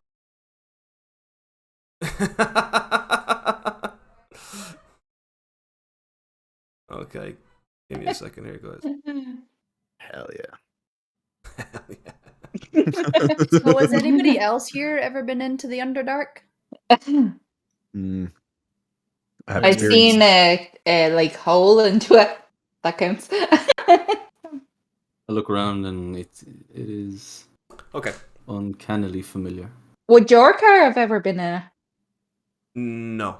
No. It's not like anything where you were, Joker. So I'm actually so you guys begin traveling through this massive tunnel that just leads down. It goes down and down and down. It just seems to go down forever. You feel like you're walking down a hill forever, the longest hill that never ends. But it's in a tunnel. It's a very strange kind of jagged kind of tunnel. You know, as you go down, you just travel for like hours upon hours. You begin to lose track of time. There's like the first day is just spent adjusting to the darkness below.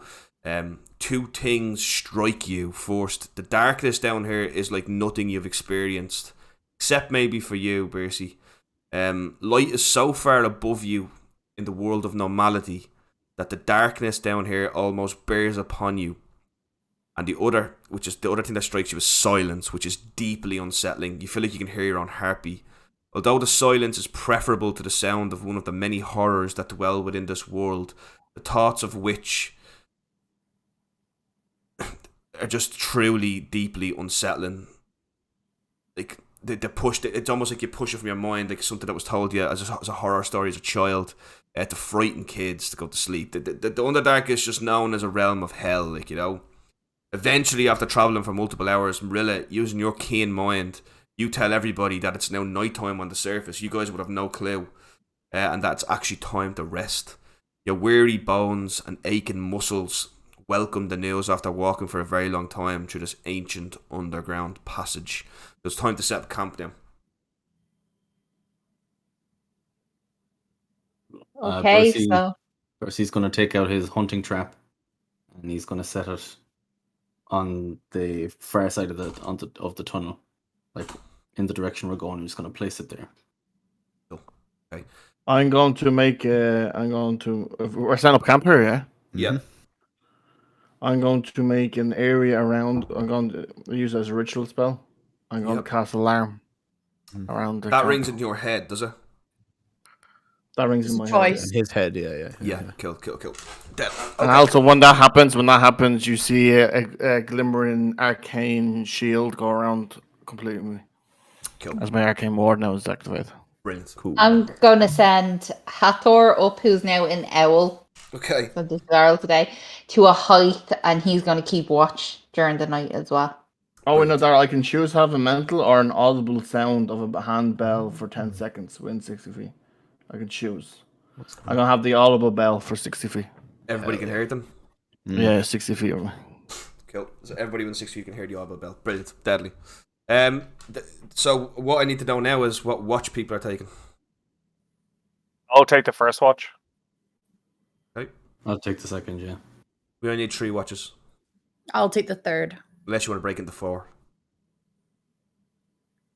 Dimitri says I'll take the 4th. I hit him in the ribs.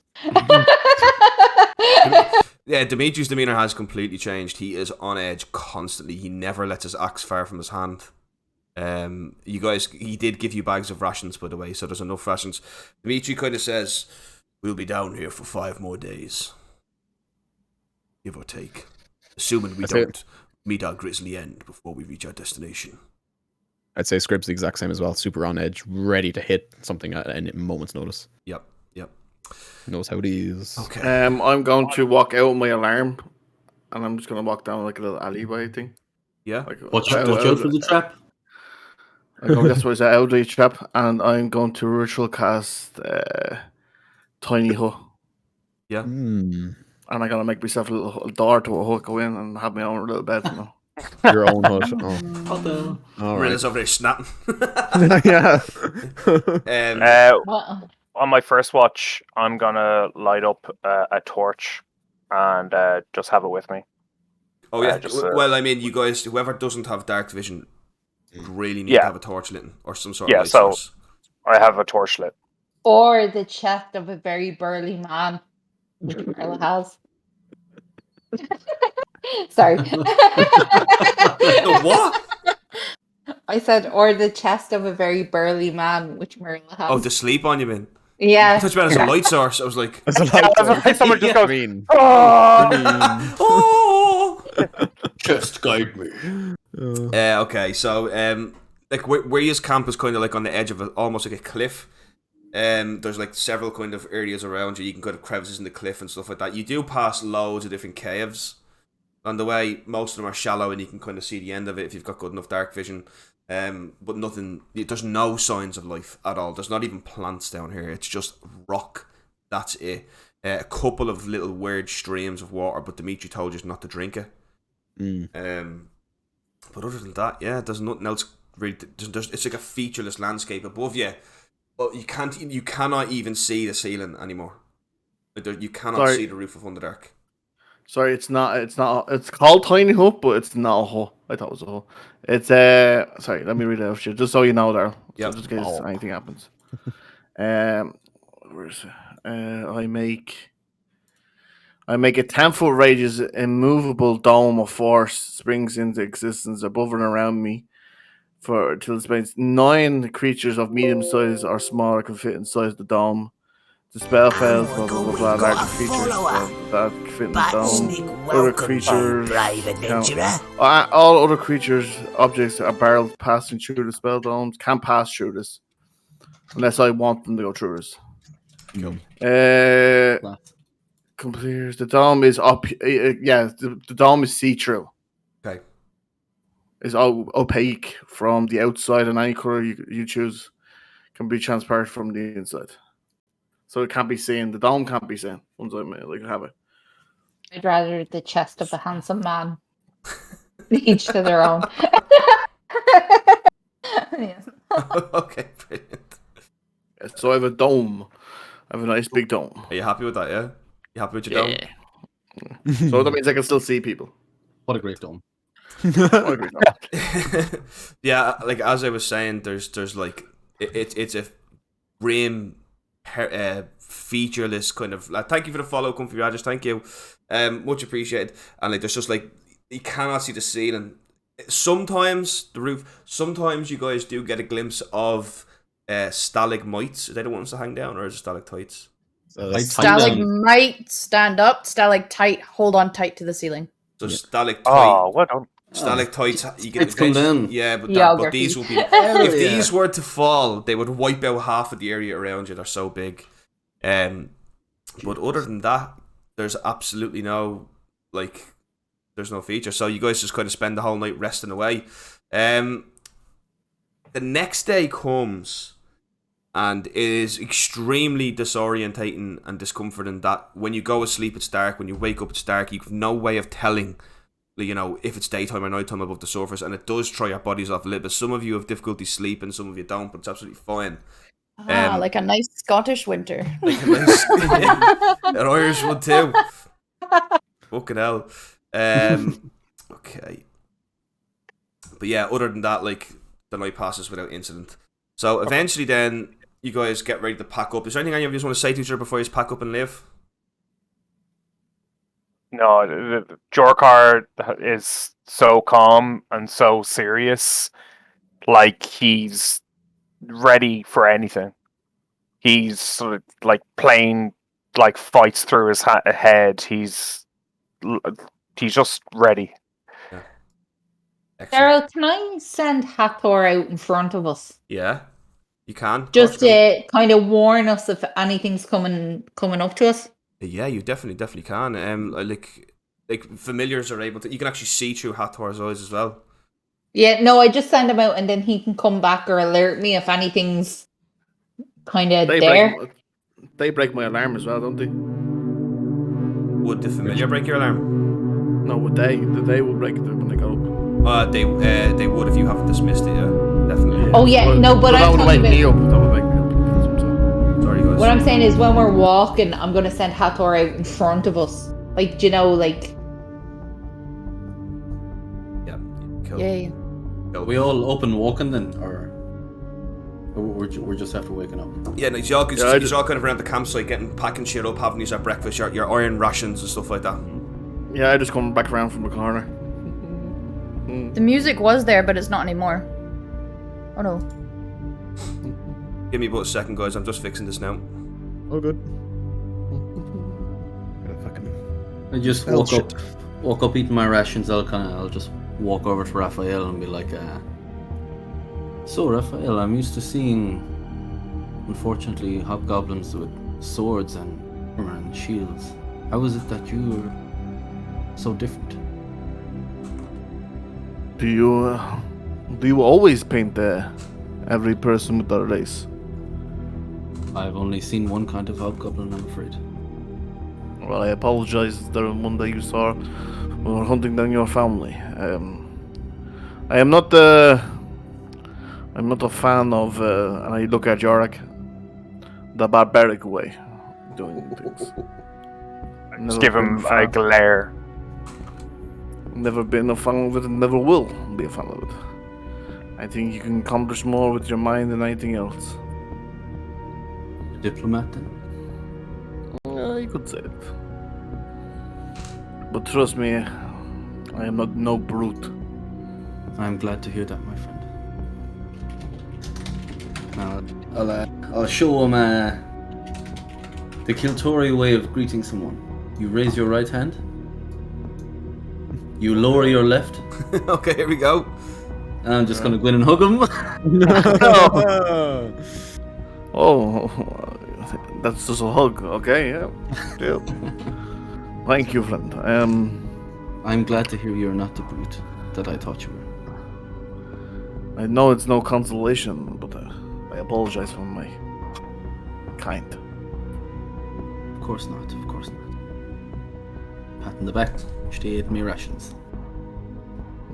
Nice thing. Could we all stop hugging and kissing and get back on the road, please? 5 minutes, finish your breakfast, we're leaving. Well, it depends if you or Morrilla and Colleen are finished. I'm up, dressed, armor adorned, everything.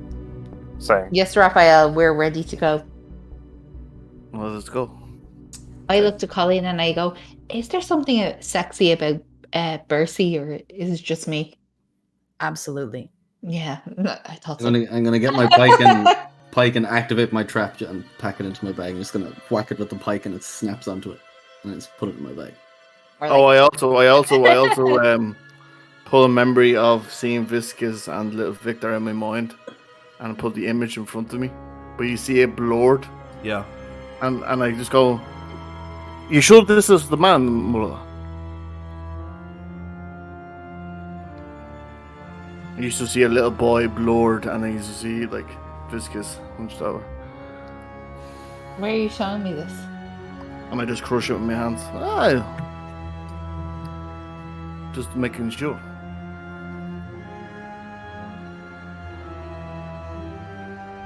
What game are you playing here? The game of life. The game of life? Well, as my husband said before we came down here, you would want to have friends down here. Exactly.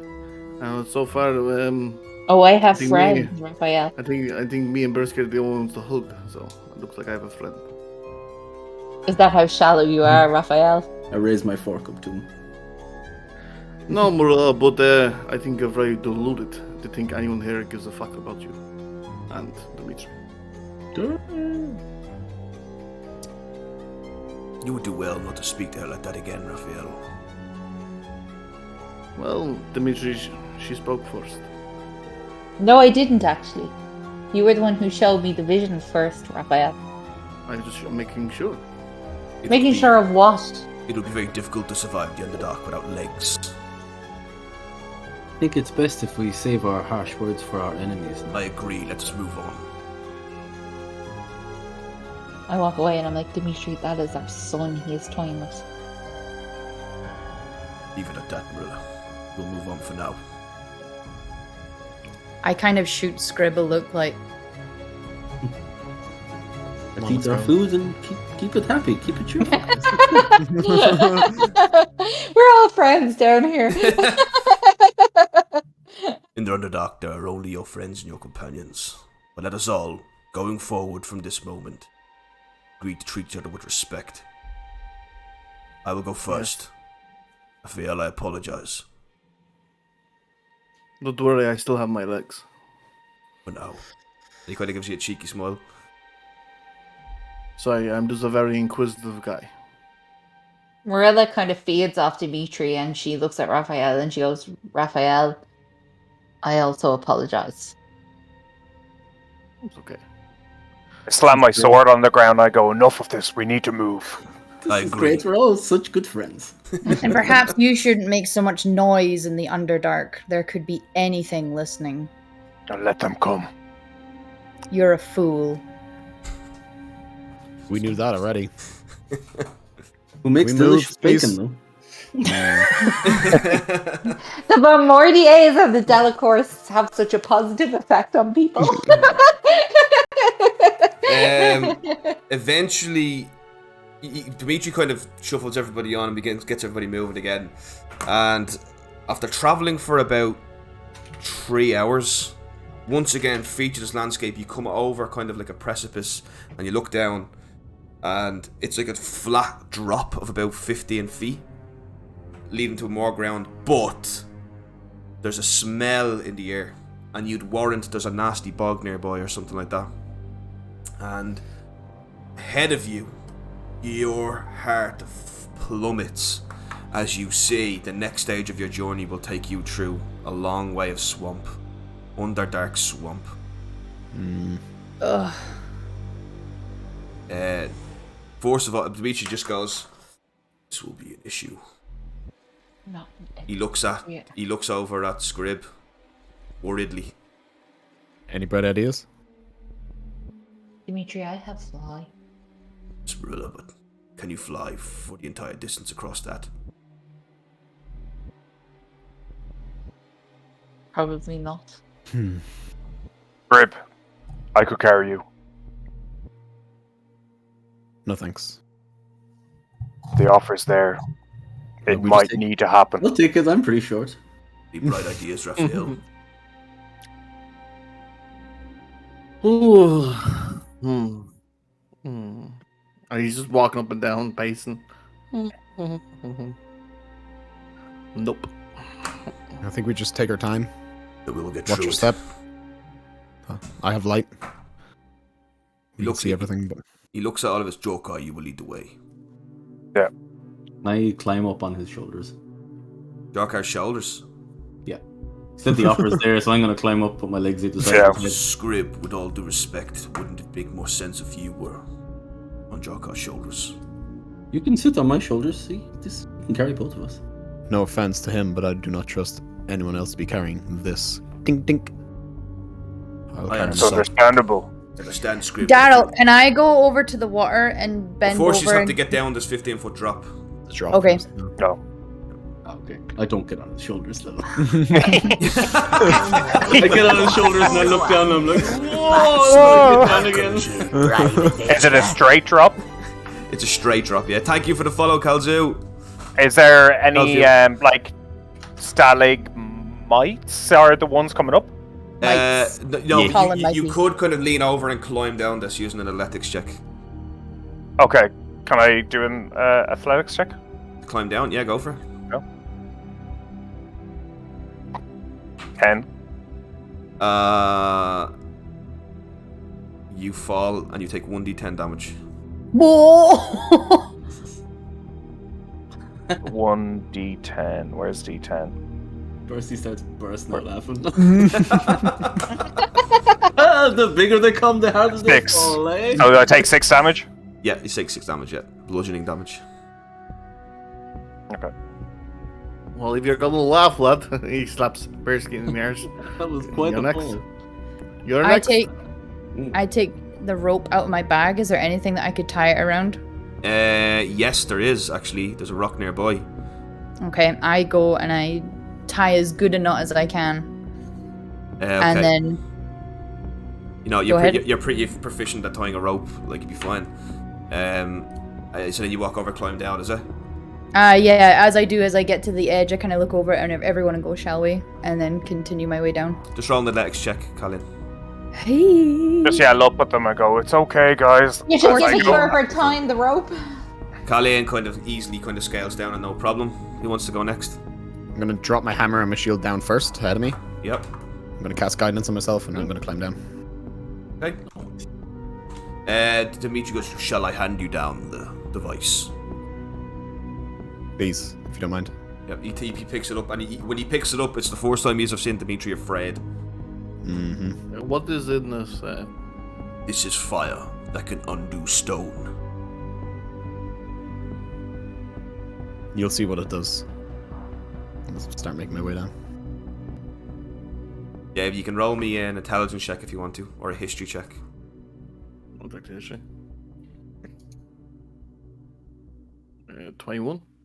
You have heard of a new device that the dwarves are working on with a gnome. You don't know the gnome's name. But apparently it is some sort of... The non-magic types have figured out a way to cast fire, to create a fireball. That's the best way you can describe it in your mind. Okay. Ooh. Mm-hmm. Using Baba. chemicals, of all things.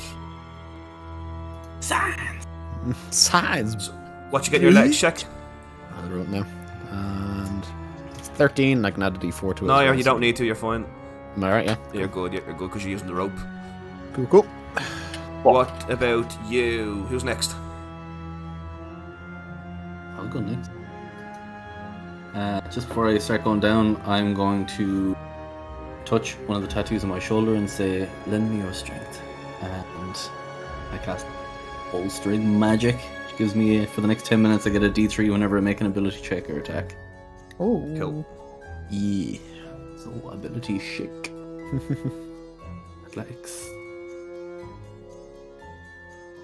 15 plus my d3 already passed it, but...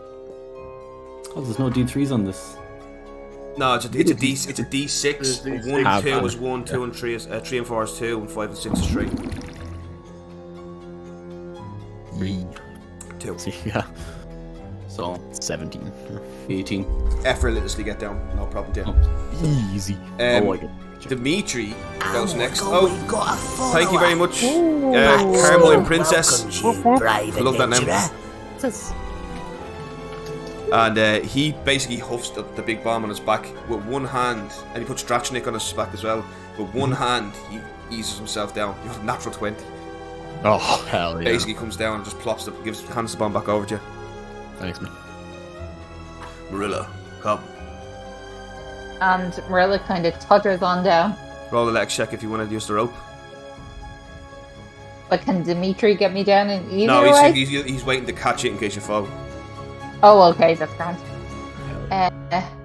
Natural 20 to get down. Hell yes! Couple goals. You know what Morrilla does? Morrilla wraps her legs around the rope and just slides down like a stripper down a pole. Yeah. Ooh, come. These warriors, man. I am the circle of players in the background.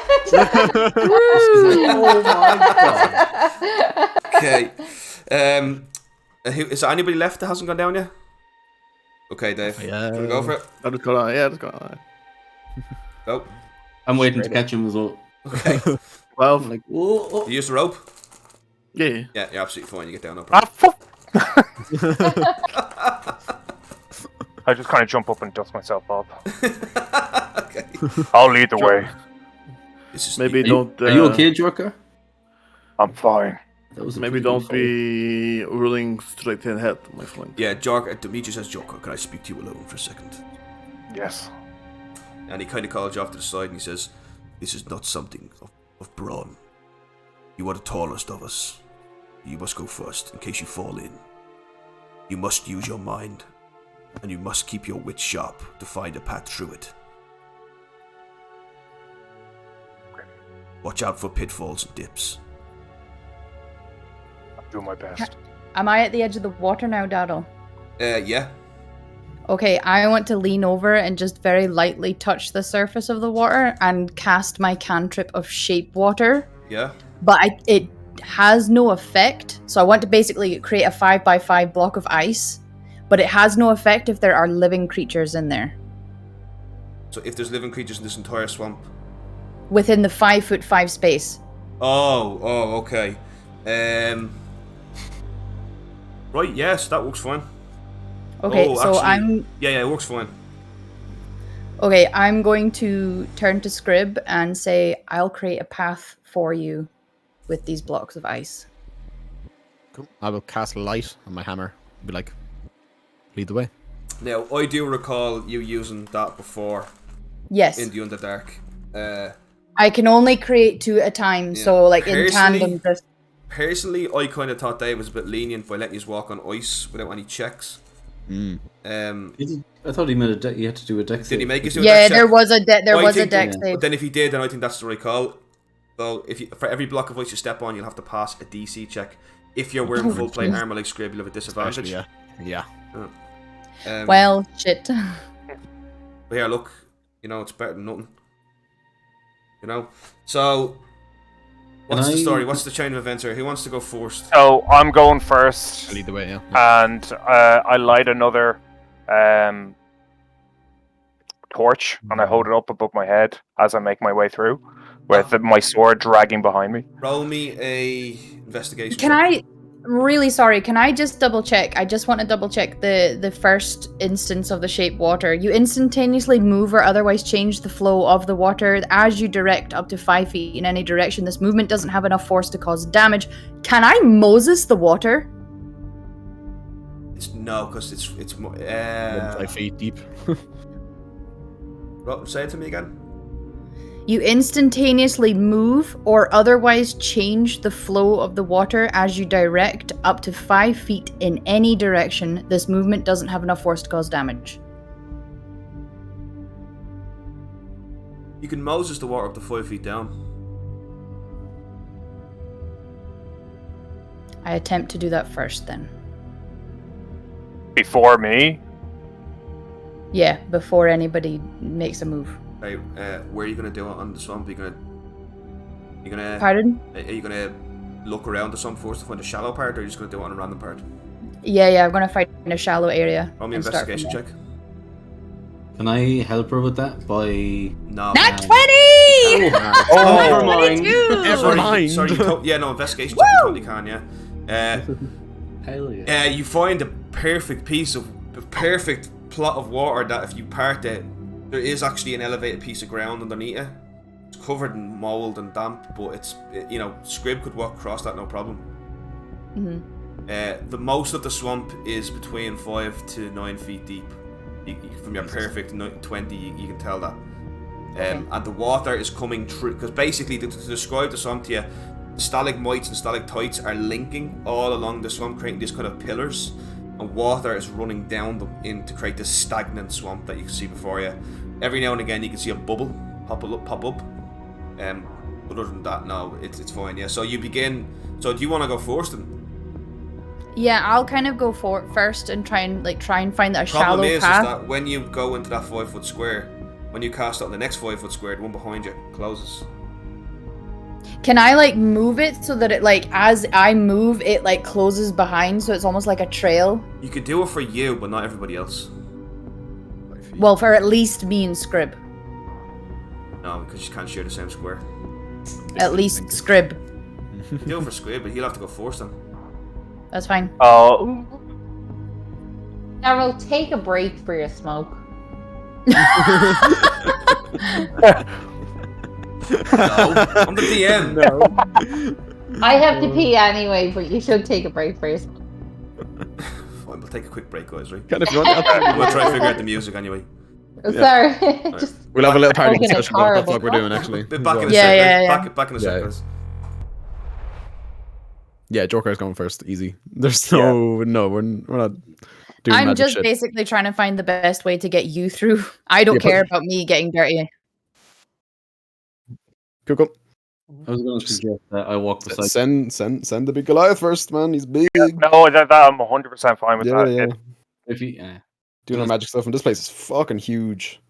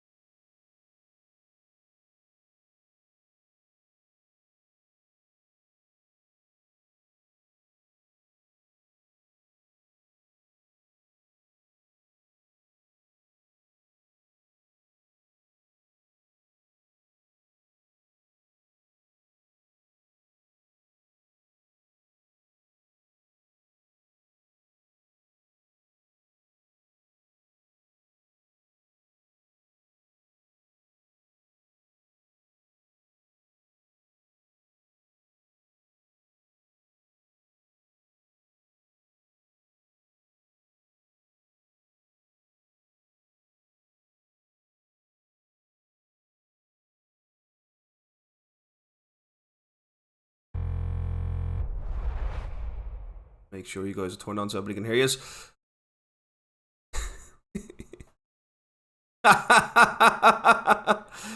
Thank you for that, Sean. Sean D91 is Sean that you met on at Dev's birthday. Right, let me just get it so that everybody can hear you again because you might be muted. Oh man, so many sources, so many fucking things. Fuck me. I think everybody can hear you. I'm not sure. Everybody talk there, and somebody in the chat tell me if you guys can hear the players.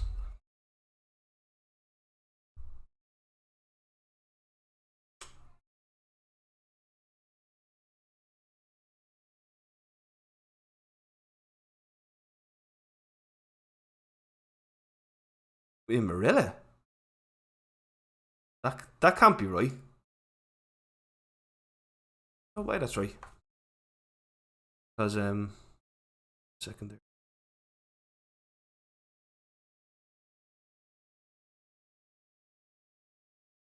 Oh yeah, there it is. That's, I was looking for that. It's the name has changed. It's not just Desktop. Sorry guys, that's me. My fault. Hey, we back as well. Yeah. Oh, fuck me. Okay. Hell yeah. Audio.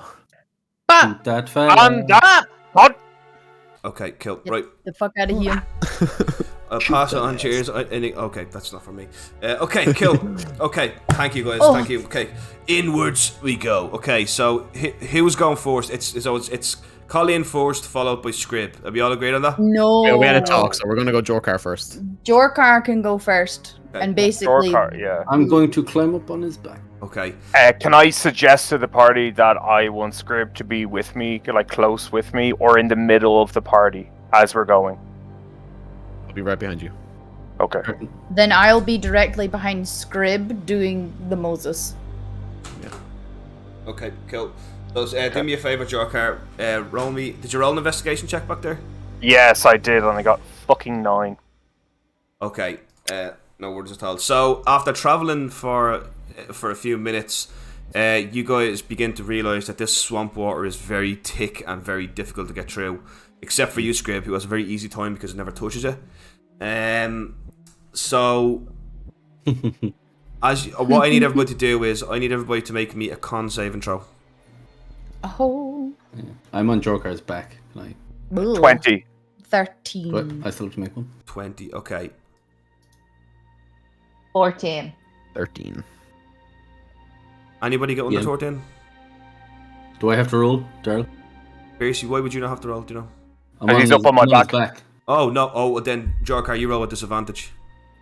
Oh, As a point of order, Daryl, can I just keep you're. items? Oh man, it's a 12. Oh god. I'm so sorry. I rolled a 10. The view is great from up here. So, as you guys begin pressing on, about 20 minutes in, it's very apparent that Jorkar and Raphael are struggling to keep up with everybody. They keep slowing the whole thing down, adding more time on. I never rolled for Dimitri. Sorry, 1 second there.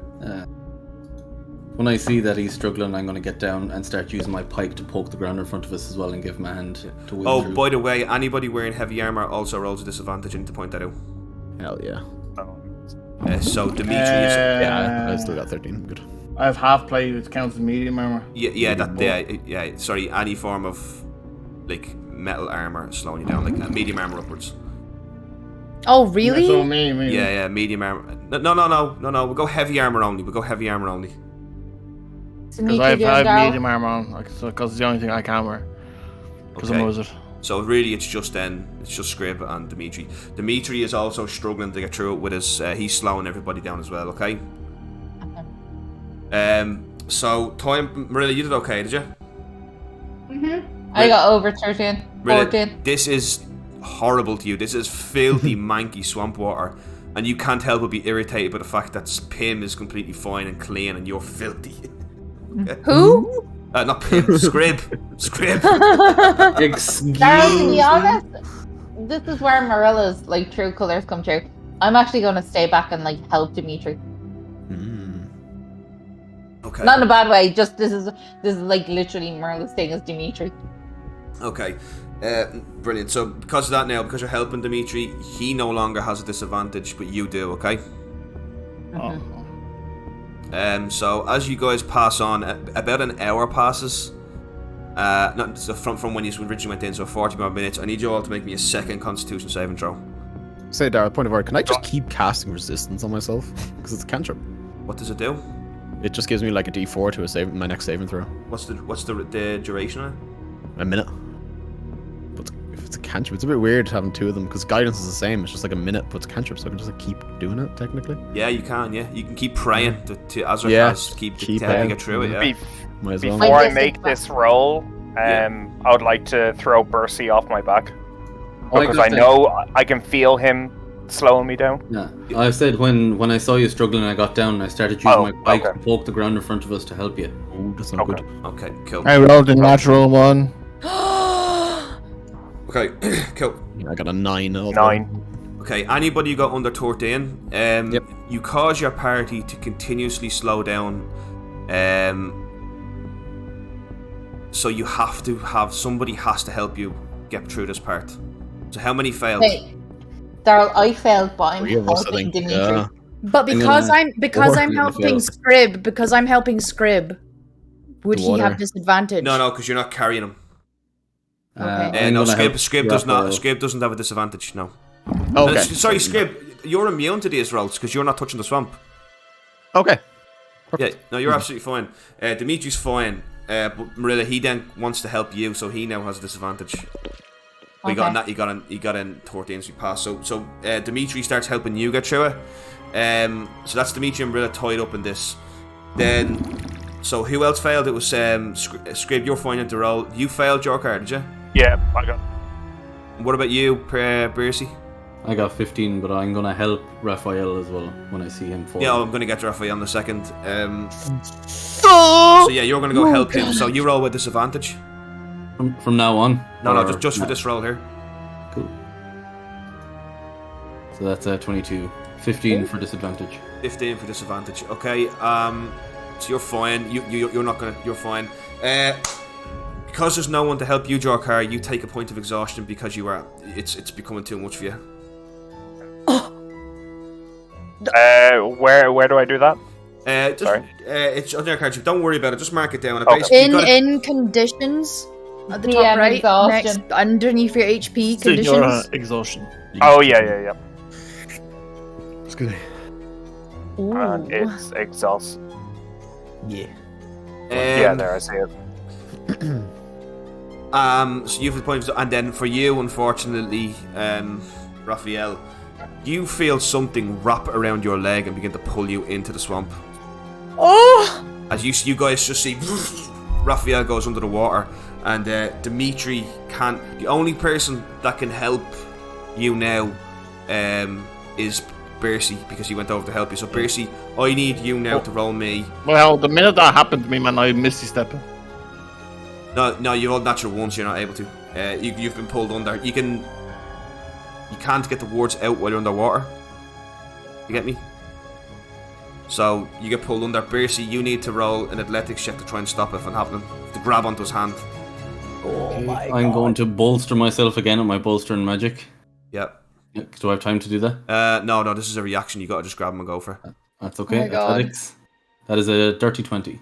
Yes. So you find your hand is grabbed, Raphael, and he pulled your head up the water. You could see the slithery thing trying to pull Raphael away. But Raphael, you now, my friend, because your head's above water, you can now cast Misty Step. Yeah, I cast Misty Step. So you Misty Step where ahead of the column. Yep. Okay, so you Misty Step ahead of the column, and Bercy, you see Raphael, where'd you go? You see this thing slithering away from you. But you're covered from head to toe. In obviously you were covered up to there anyway, but now you're covered your entire head. But something tried to pull you in. Okay, now it's on to you guys travel. You can actually begin to sort of see the end of it. But I need you all to roll me one more con saving throw. Except for you, Scrib. 15. 15 on the board. Oh my God. Oh no, it's good. Oh, it's not. 19. 11. Because I have a disadvantage. 10. Has anyone failed all three? Yep. No, I passed one, I think. Passed one. What's the pass? What's the pass DC? 13. I'll double check for you though. No, you didn't. You only took 2 checks. No, I failed all three. Okay, so after you guys are traveling on and you begin to see hope at the end, it's still about half an hour off of traveling, but you guys are all absolutely exhausted through this. So anyone who passed takes 1 exhaustion. But Wait, if we pass? Yes, anyone who passes takes one. Yeah, anyone who passes takes 1 exhaustion. So I go to level 2 then? Yes, you go to level 2, yeah. And anyone who passed all 3 takes an inspiration as well, though. Oh. Is 13 a pass or a fail? Pass. Oh. Anyone who failed all 3, it's become incredibly clear. I actually throw for Dimitri again. It's become incredibly clear that now, to all of you now, that Raphael cannot get through the swamp by himself, and he's in desperate need of help. I'm going over and I'm putting my pike under his shoulder and I'm lifting him up. To help him, you have to automatically take a point of exhaustion. I'll take it. Yeah. It's the only way to get through it. And Raphael, you have 2 points of exhaustion. And I passed all 3, so I'm only on 1 since I'm helping him. So if we passed all 3, we take exhaustion, but we also get inspiration. Yes. If you failed all 3, you cannot make it out on your own anymore. You have to be carried. Two. He was on Failed Raphael, 2. did all 3. Morrilla, so you failed this test here. Yeah, so you take 2 points of exhaustion. No, 1 point of exhaustion, my bad. Like me and Dimitri have been pretty much pass and failing. Yeah, I know, I'm doing Dimitri now.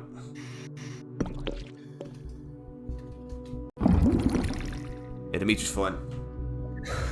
Okay, then. Just 1 exhaustion. So I've won then because we're Yeah. both helping each other. Yeah. You all working together as a team, you pull each other through the swamps, dredging on. The tiredness is just unbearable. And all around you begin to see the slithering of strange things in the water. You cannot see what they are. It's definitely one of those things that grabbed Raphael, though. Eventually, you guys make it out of the swamp water completely and utterly exhausted. Raphael, you crash onto the ground, completely tired. Jorkar, you do too. The rest of you are just kind of struggling to kind of like catch your breath and stuff like that. But Jorkar and Raphael, you guys are knackered. I'm just panning on the ground. We need to rest. Let's continue. Let's get these wet clothes off first. Really, what time? I will be having a rest, my friends. Raphael, can you do your thing? Your magical What thing? sphere thing? I don't You like never being seen out me here do in the that. open. You never seen me doing it. Yeah, I meant The alarm. like the circle, your alarm thing. The alarm, yeah, of course. What time is it, Marilla? What time is it? Yeah, so it's about 6 o'clock in the day. It's 6 o'clock. It's not time to rest yet. We must continue on. Dimitri, to be fair, what's the Please, point Dimitri, of... we're too Raphael, tired. we have a deadline to meet. We need to be right where we're supposed to be when the fleet of Mortraken arrives. We There's cannot no point dilly-dally. being there if we are dead. We won't. A deadline Dimitri, is look at pointless us. if Raphael We're cannot so- move. You can move. I can only yes, hardly. We can still make the time if we rest now. It doesn't matter when we rest. I am literally half the man at the moment. Shall we just wake up super early then? It's not We'll about. travel twice the distance tomorrow. Very well then. Very We well. need to rest. So you guys camp early. You choose to camp early, to Dimitri's dismay. Okay, so what I need now is this is a very open area. It's not like where you rested last time. But somebody is going to need to disguise the camp. No, I just tell everyone I have a dome that we all can fit in. Don't worry. It's not about being caught off guard. It's about not being seen. You can't be. It's opaque. It's see-through. Makes you all invisible, does it? Yes. Any color and make Oh, any sorry. I color. best, thought, it's the best. I thought it was an alarm spell, isn't it? No, I'm doing the No, dome. he's talking about. Ah, sorry. Okay, cool. My bad. Grant. Nobody needs to roll a stealth check then. Well done. Nice. I need to know watch order. We'll do 4 watch orders because you're all so tired. I'll take I'm going first. straight. I'm going straight to sleep. I'm going straight to sleep. I can't Yeah, watch. well, No, I'm fine. So I'll take first. I want to clarify. You guys have to you have to take his armor off to sleep and all. Yeah, you killed that. Yeah, Yeah. I'll take first. you'll take first. Dimitri, I'll take second. Third. Fourth. I put my owl out. But your L, okay. Your L doesn't disappear. Like, it's constantly there. Like unless you suck, you can make it disappear. No, what I come mean back is out. I send it out a bit further. Just does anyone have to watch if I put my owl out? Your L could technically wake you up. But It doesn't matter because he's putting a visibility dome around us anyway. It's just to keep watch. But that's what I'm saying. Could my owl keep watch Nothing and can pass through it. Nothing, no people, no magic can go through this. So. What's the name of this I was spell? gonna say, guys, I like, feel better getting my own eyes on the area. What's it called, Dave? Tiny hut. Tiny hut, or Leomund's All tiny hut. other creatures, barriers, no spells or no magical effects can pass through the dome. It's only a 10-foot radius though. You just can't all fit in that. 9 creatures of medium size. Oh, does it say that? Or 10-foot small. radius. It says it, 9 yeah, people yeah. fit in that. Bit weird, yeah. Okay, 1 second there. We're spooning. We Yeah, split. I'm medium. I'm medium. Sam's small. Who? So he's I'm large. Get over here, you big cuddly man. Brilliant. Okay, everybody gets on great. Joker. So you spent. You doing it as a ritual or a 1 minute spell?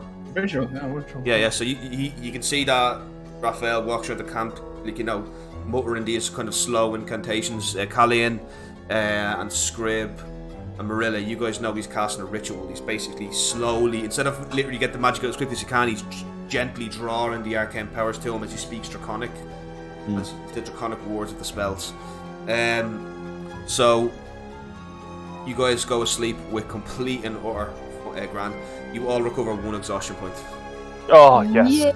I will say, because we're all sleeping so close together, there is a lot of heat coming off Scrib all the time that you only notice now because you're sleeping so close to him. Yeah. Oh. It's actually kind of nice, is it? we're like cuddles Yeah. on in there. It is comfy. Comfy. Okay. Who's on the third watch? Yep. Yeah. As you're sitting there in the middle of the night, you just hear coming from beside you. How close? It's far away. It's about 45 feet away.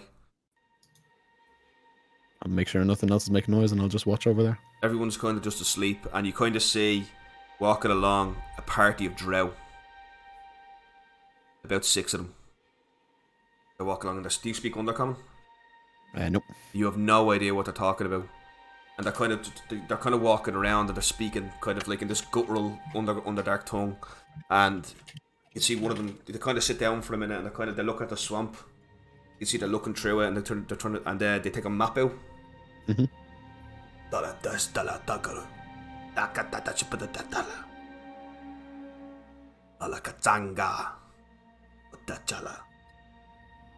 They scroll them up, and they take a completely opposite direction because you guys are going kind of to where you're sitting. You're going north. You have no way what direction is at the moment underneath here unless you've got key in mind.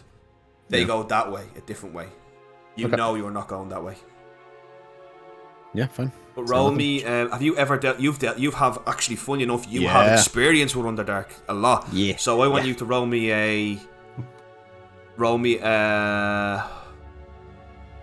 insight check. 14. You're able to discern that these are a scout party for a much larger force. You've dealt with them before. Drow always send out scouting parties in all directions. But the fact there's 6 scouts in this, if you can't really figure out how large of a force it is because you don't know how many scouting parties there are, but there is at least 200 Drow in this force. Yeah. Okay. Just continue my watch. I'll keep look at the direction they went away, so I know what direction that is, and I'll keep my watch in that general direction, at least turned that way, so I know where to. I would say morning comes, but it doesn't, obviously. Eventually, though, it comes time for your last watch, which is Bercy. You wake up, Bercy, you do your watch, and there's absolutely no incidents with you, okay? Do you tell him? You tell him, yeah? I tell, yeah. You want to tell him a card there? Bercy, man. We had some visitors while you were asleep. Friends seems to be some.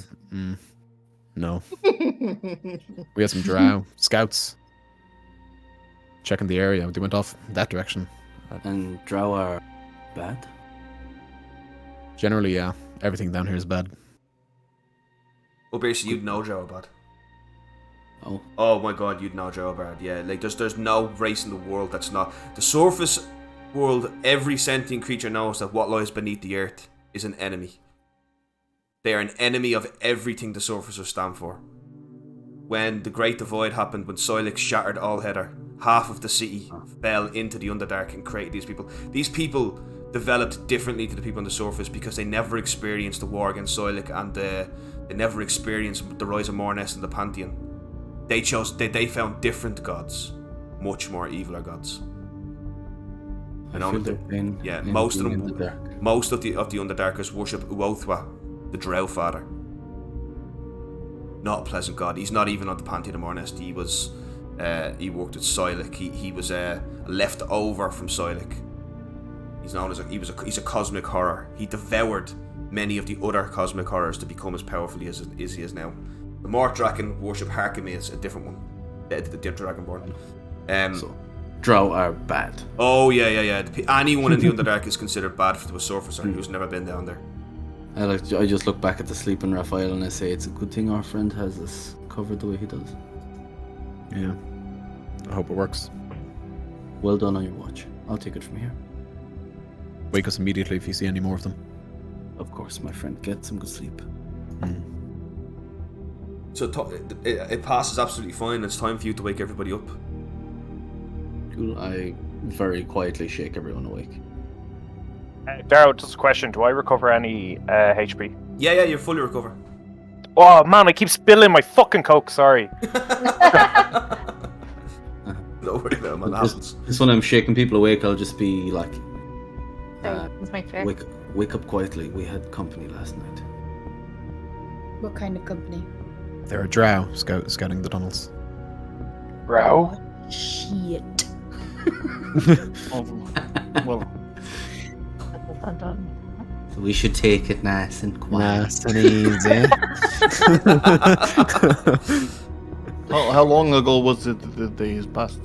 About 3 hours ago. Yeah, it was during my watch a couple hours ago. I think it's best if we keep quiet as we advance. Which way did they come from?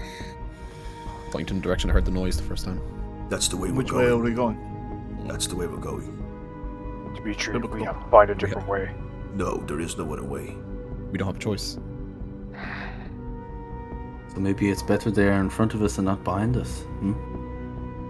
It was only scouts. I feel there was a large force behind them. I'm not sure what to do. 3 hours. you know? Do you mean a larger force behind them? Drow sent scouts ahead in the tunnels. They have to check for How do you know dangers. this? I have a lot of experience with the Underdark. Dimitri looks very worried. Well, that is our pattern nonetheless. Come. Eat, drink. Let us go. Don your armor. It's strong. Let me prepare some spells. Same. So you guys... do some jogs on the spot. Just getting ready. Yeah, I'm gonna do some squats and things. Burn up. 1.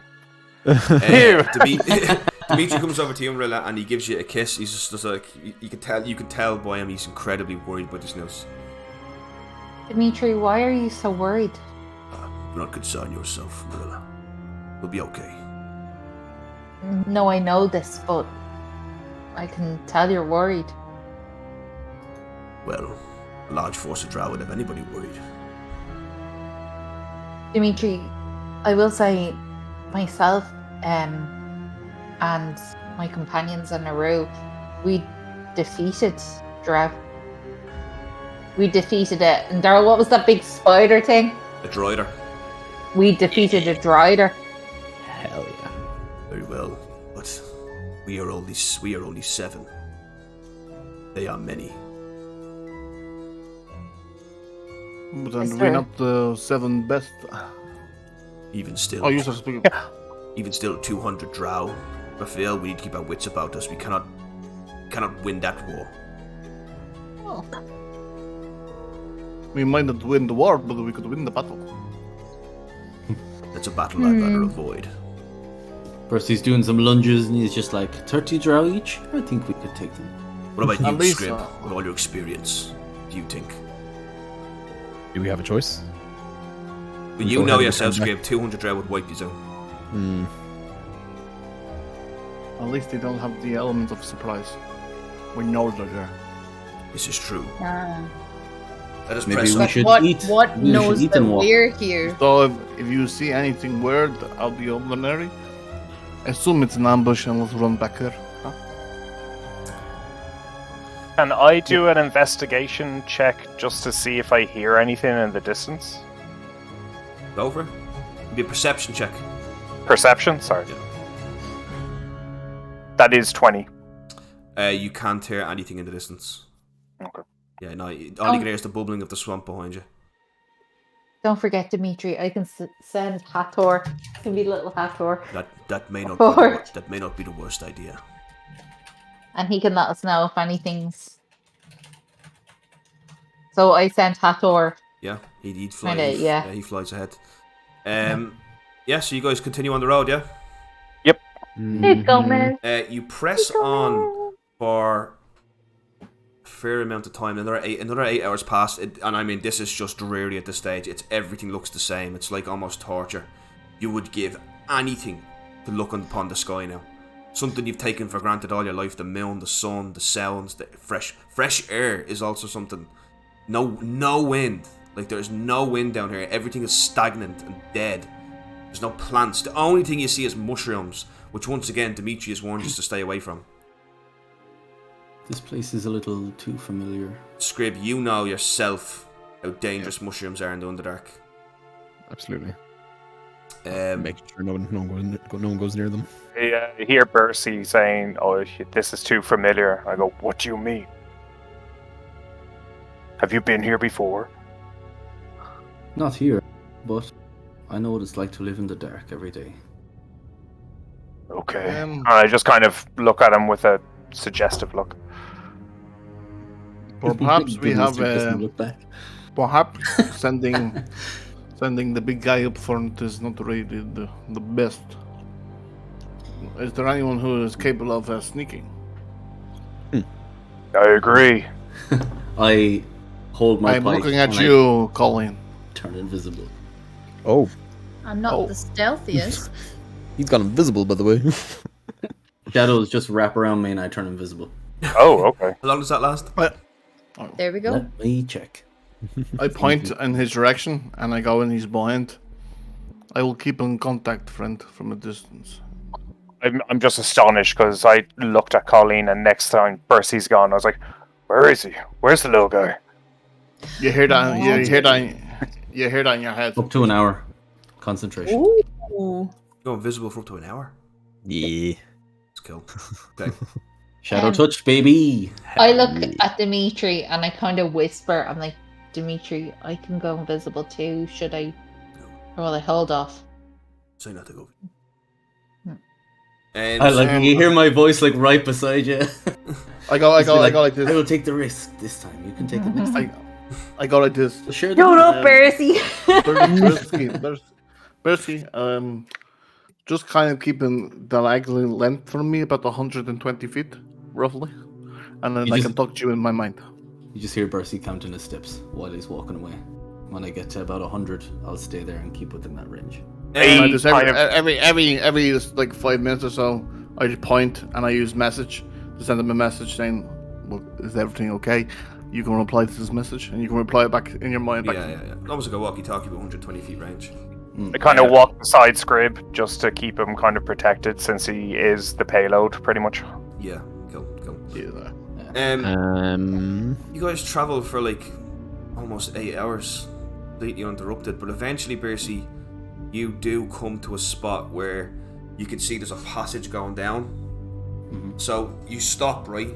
And right beside you is a cave. It's a cave that you can't see the end of on the inside. And straight ahead, you know this is where you have to camp tonight. Because if you continue on, you won't be able to camp on the path ahead. Not for a while.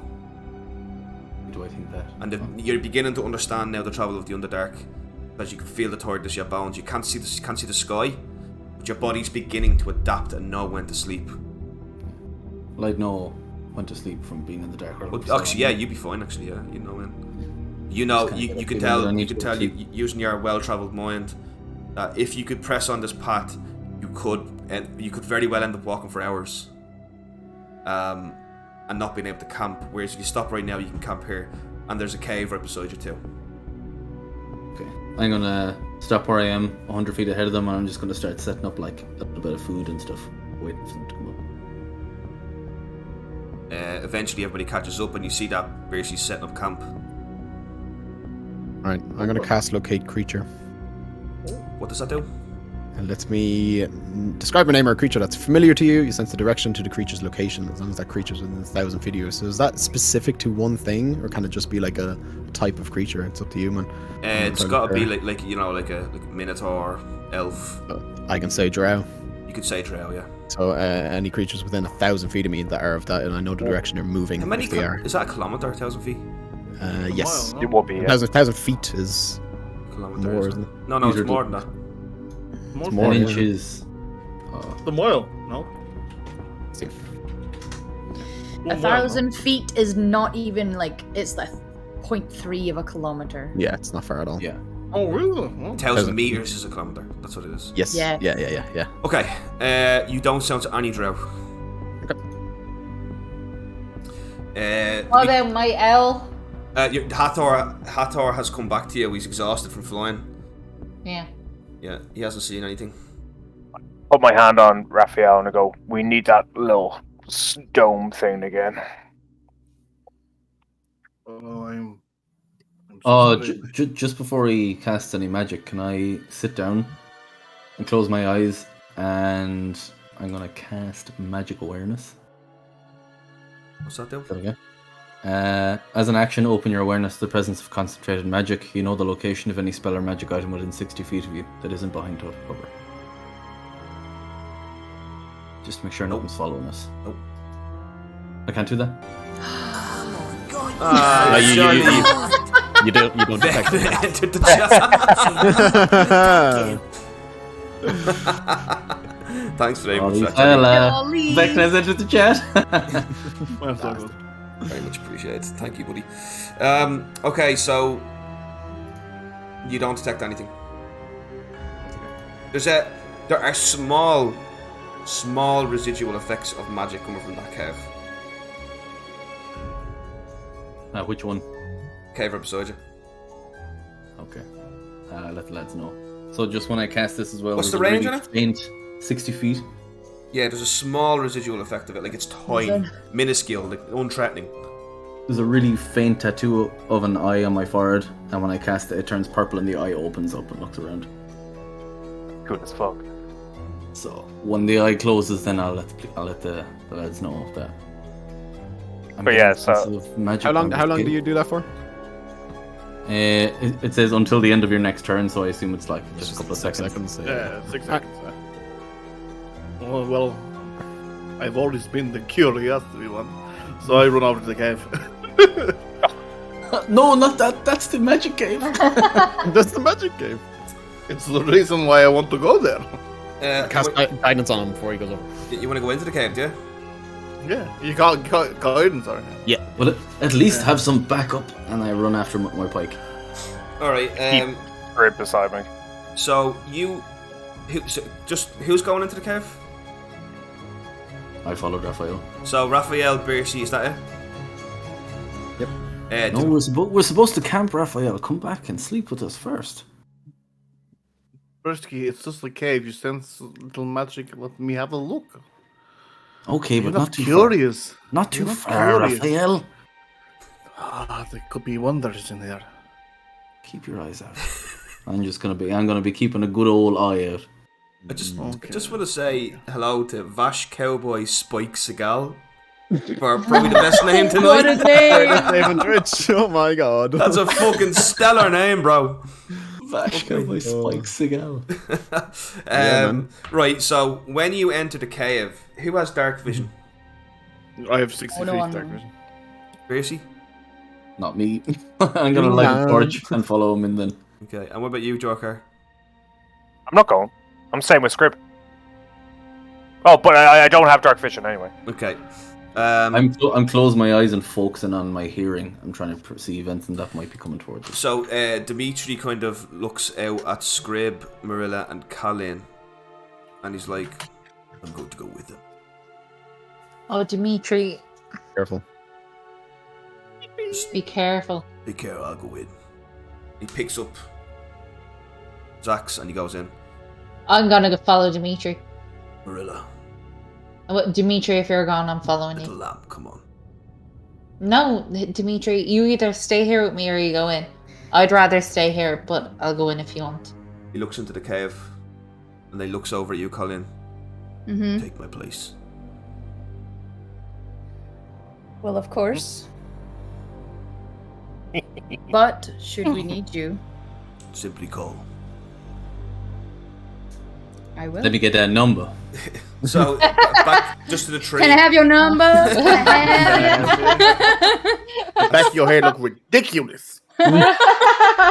So as you walk in, it's kind of like you walk through this kind of crumbled, kind of weird style entrance. This looks like it was carved out by somebody, like somebody using tools to carve the way into this cave.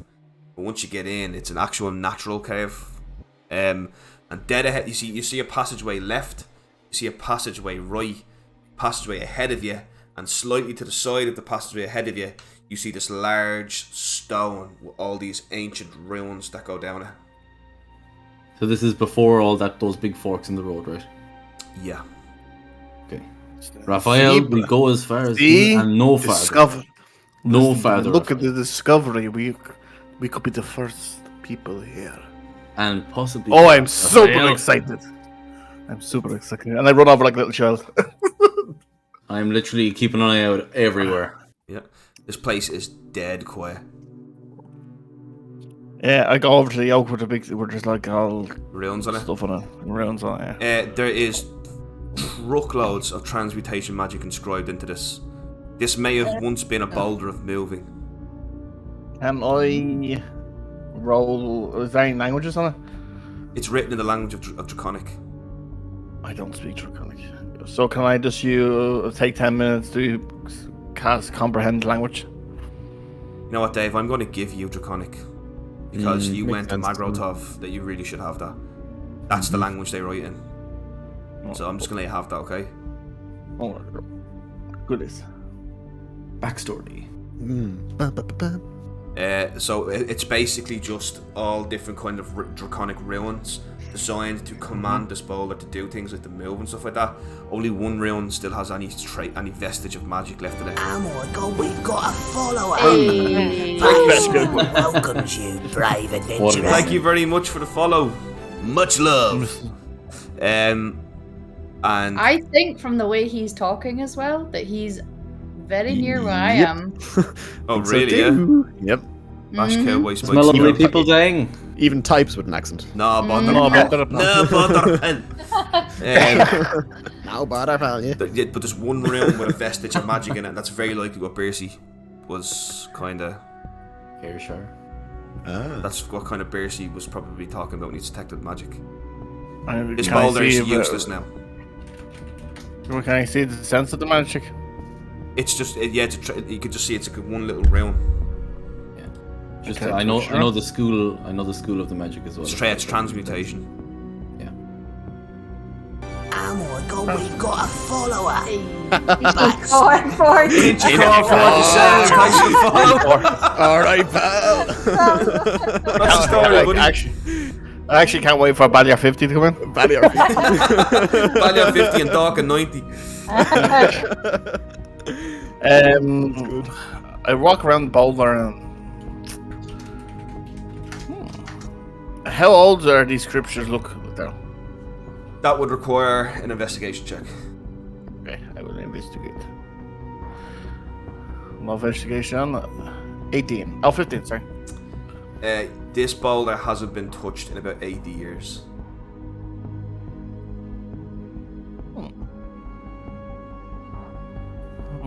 And there's just a hint of magic in it, yeah.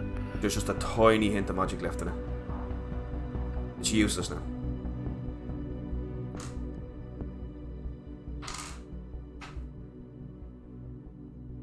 I just tap it and I go, and I walk back out. You're gonna walk out of the cave, yeah. There is still way left, straight and right. Yeah, but I don't want to go down either Earl, cave. can Morrilla and Dimitri be making love? we are not going down there. Where? Like in the middle of the camp? They're in the cave. I don't mind. Camp. Yeah. In a tent? There are no tents. Don't have tents. Behind a rock? Yeah, okay. You and Dimitri go off and make love behind a rock. Wait, what? Raphael, the spirits. They feel something. Spirits, please don't eat my ass, but the meat you do. Okay, oh Jesus. Okay. So, is anybody else advancing further to the cave, or are you guys going to leave it?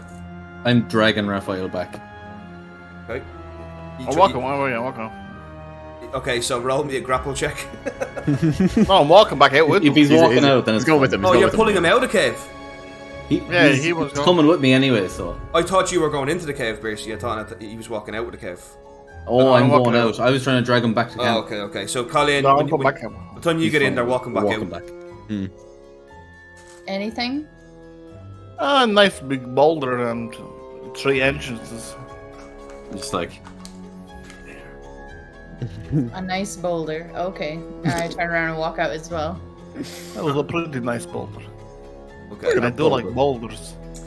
So, That was a nice boulder. Yeah, you guys walk back out, and you just got to camp, yeah? Yep. Yeah, I'm just going to cast it down again. So how was the I'm cave? not Cave. Oh, so it was a It waste of had time. a nice Good to know. boulder. Very bouldery. I had a magic boulder, but what's... I'm not here for magical boulders. Magic. Well, faint in a sense of magic. Could you do anything with it? I probably could do a lot of things with it, but I'm not here to do things with this boulder. Understandable. It's probably how the caves were made in the first place. They look man-made caves, so maybe they used this boulder to carve through the entrance. Man-made or drow-made? Does that ring a bell at me, Darrow? The boulder being used to No. in the Underdark in any way, shape, or form? No, not like the way he's describing it, no. Cool. It could be any male. Can I walk over to Scrib, actually, just before we go to bed? Yeah. I'm going to walk over to Scrib and be like, Scrib, those mushrooms look very tasty. They will kill you. They're probably more dangerous than most of the people we'll run into. Well, down here. not all mushrooms will. You'd probably know the difference, but you have to get close enough to do a nature check. Yeah, but he doesn't need to know that. Yeah, that's true, yeah. And also... They're all very dangerous. To get close enough to do a nature check, you also are risking the spores. Yeah. So Just not tasty. Keep a distance. They're very dangerous. I just want to give you guys just a very quick description of what you can see from where you are, right? Yeah. So to the right is your cave, yeah? Ahead of you is the passage going forward. There's a cliff kind of up a little bit where all the mushrooms are on top of. And then down to your left, there's like it's almost like a passage that goes down. It's like a drop-off cliff of about 15 feet down. And then there's like another kind of passage, but it's blocked on both sides by fallen boulders. Okay? Cool. So, you want to set up camp? Yeah. Yeah. Yeah, Bercy, can I see your weapon? It's fascinating. If you can hold it, of course. I hand it over. You'll have to tell me what Percy.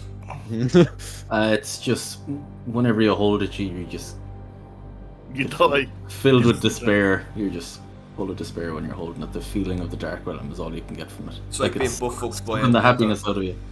Like, yeah, exactly. I'm depressed. Good to know. I'm depressed. You So just I get feel this that. weight of sorrow and despair on you when you hold it. It feels like Monday. It's like every day's Monday. Please no. Cool. Oh, that So sucks. Sorry, Can I- guys, continue. Can I check it out? Are you okay with me checking this out, Percy? Of course. I'm gonna cast Identify on it. Identify on it. Okay, do you want to read out what that is to him, Percy? Yes. Yeah. Let me see. A jagged black pike imbued with the despair of the Dark Realm, ripped from the carcass of draconic remains. +3 bonus to attack and damage rolls. Interesting. Okay. Huh. That's There's some epic story behind it that I just haven't written yet. So. Yeah, that's why he wouldn't know anyway. Yeah. So Scrib, you now understand why you couldn't identify this. This is dark metal. yeah. This is a very, very rare ore that exists only within the Dark Realm. It's not something that anyone in the Forge of Azakaz would ever deal with. It's an evil metal. It's metal that has the residue of the dead within it. The despair you're feeling, Scrib, is almost as important as happiness. There can be no high if there is no low. I agreed. As you say that, the anvil hammer that I have starts to glow a little bit. Just a little bit. There can be no light without darkness. Your anvil did a little thing there. Can Can I I see? Do you mind? Please, work away. You can I try. try and heft this fucking thing, this massive hammer. You can try. Not too bad. What's your strength? 16. What's your strength, Scrib? Yeah, it's 14. Yeah, you can lift it. Ah, cool. Give it a good heft and a swing around. Great balance. As you're doing that, you guys realise that Morrilla and Dimitri aren't here and you don't know where they are. Oh! Did you hear that? Hear what? What you hear? Hold on. Sounded like that happiness I was talking about. Got there before hey, Jenny. And she's finished. Oh, Christ. Does anyone know where they are? Yeah, they fucked off. I don't know. No. It sounds like they didn't Darryl- want to be disturbed. Seeing them all like exchanging their like weapons over and on, I'm just like literally holding my pike extremely close to something. I'm just sitting like watching them all. I'm not sharing my weapons with anybody. I literally have my weapon in my head. Like, it's just kind of like just swinging. I'm it not back even and forth. carrying mine. Yeah. Go. Okay. Oh, actually, while I was hefting this hammer, Mhm. could I close my eyes and cast magic again? Sorry, now 2 seconds. Yeah, alright. Oh, the lights and Josie Bumman. Non ti fele. No. Hootering those buns. What did you want to do, Bercy? I want to cast my magic awareness to find out what school of magic is coming from the hammer. Go for it. Yes, cast it. Yeah. So I close my eyes, and the purple eye opens again on my forehead and just looks up and down the length of the hammer. Fuck, man, what? It's divine magic. Yeah, strongly Divine. divine. Yeah, strongly divine magic. It's not. It doesn't fall into any of the 8 wizardry skills. Oh. That is one. Divine is one of the ice. So while my actual eyes are closed, this one is like looking it up and down, and I just have a big smile on my face. It's like, this is really cool. It's like a relic. Oh, very powerful. It hits Hand it things back. really hard. I can imagine. Hand it back to Spike and say, do you feel this way all the time when you're holding this? I've held it for quite a long time that the balance of the spirits on my skin help to tip the scales in the right way. Good. Now hand it back. Scrape, you gently just say a prayer to yourself there, not a cleric of Ornan, and you don't have to kill him right now and then. Cleric of Ornan would be like, Cleric of Ornan would call you a blasphemer and just probably kill him. Smite it, Yeah. That's gonna be awkward. Yeah. Well, I'm completely oblivious to this, right? Yeah, you might be oblivious to it, yeah. So, anyway, you... Oh, there's shit, it's a skeleton. That's Hackeron, one of the people that these guys are rescuing.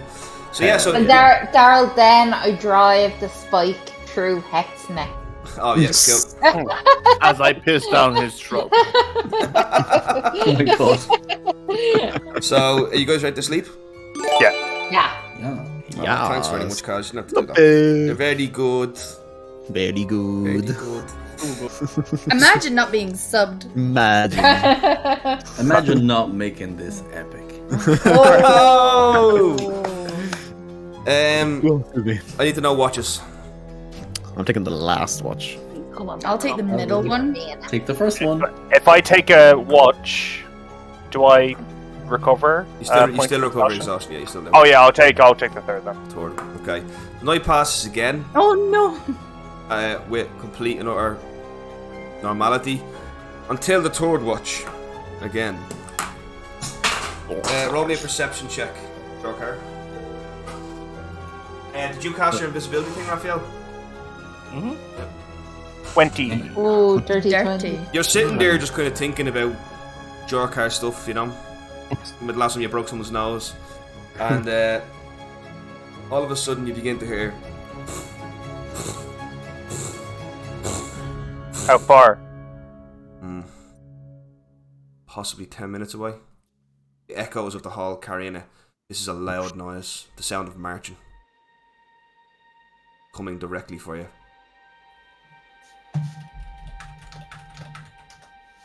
I am going to wake up Raphael.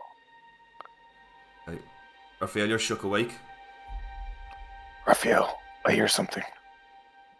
Be quiet. Be very quiet. Roll a perception check, Raphael. We shouldn't take our long rest yet, right? Anyone who hasn't had a watch... No, nobody takes a long rest yet. 7. You can't hear what he's talking about. What the fuck are you talking about? There's noises. There's like a marching sound coming from which direction? Direction is we're going. Okay, the direction my we're going. ears are perfectly fine. Roll a perception check with advantage now, Raphael.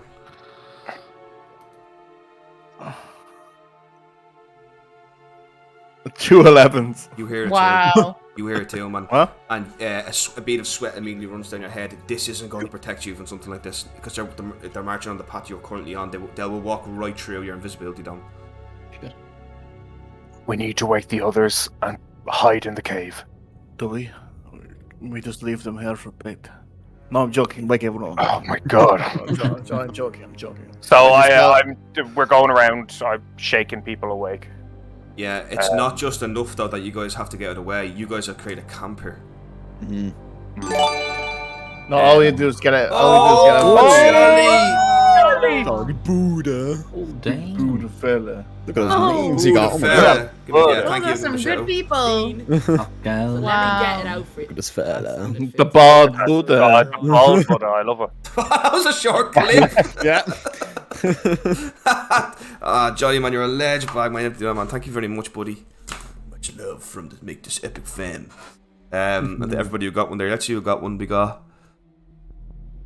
Oil Techno, Dagat, the Mythical A, Dominic O'Halloran, None Folks, Lozzy Duzzy, Alt Lob, you got one. Captain Domo.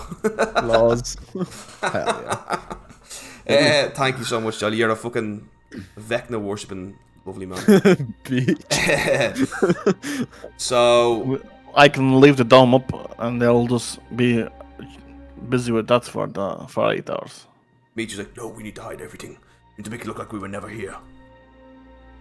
Or we can just run now and fucking leave it there if they let them mess with it. There's more time. That leads backwards. We need to go this way. Move that direction they're coming. We need to let them pass. What about if we hide in the cave? Could I cast Gust on the camp to kind of mess it up? Well, yeah, but the point is to make it look like you were never here. Since I don't have to put any armor on anything, can I jump up and immediately start like clearing stuff up? Yeah. Yeah, I do the same. Dimitri begins putting his armor in a bag. Like Dimitri's panicking. Same. Yeah. Just getting all my shit into the cave. Am I dispelling this or leaving it up? Get rid of it. I'm gonna help Scrib put on his armor as well because it's heavy. I think this is a real bad idea. I dispel it. I'm not putting it on. If you don't dispel it, Dave, what's going to happen is I'm going to have to walk right into it. Like, what the fuck? Pack it up and bring it into the cave because it takes me like 10 minutes to put it on. So is that what you're choosing to go to into the cave? There's 3 places you can hide. You can go down below the cliff into the cave or go hide in the mushrooms. Cave, I would say. I vote The cave. mushrooms are not a good idea, Scrib, huh? Terrible idea. Cave. Can we kind of like hide our footprints as we go? There's no footprints, it's all stone ground. Oh, okay, ground. Yeah. Okay, so you decide to hide in the cave, yeah? Yeah. Okay, you're going to have to go deeper in the stone to stay hidden. So this will go left, straight, or right? I look back. Go straight. Gonna go straight? Yeah. Sure. Okay, cool. No worries. So, second there. Can I take the head on that? Just keeping an eye out on the train to make sure like no one like trips or there's anything like in our way. Yeah. So I'll tell you what. Can I get 3 people to roll me a stealth check who are trying to clean the camp? I'm not staying to clean the camp. I'm bringing my stuff in. I'll do the fucking. I'll do one then. 13. 7. I'll do one. Dun. Oh, thank God I did 22. Hell yeah. that 2 And passes. Morrilla just picks up our used knickers. Hello, Dimitri.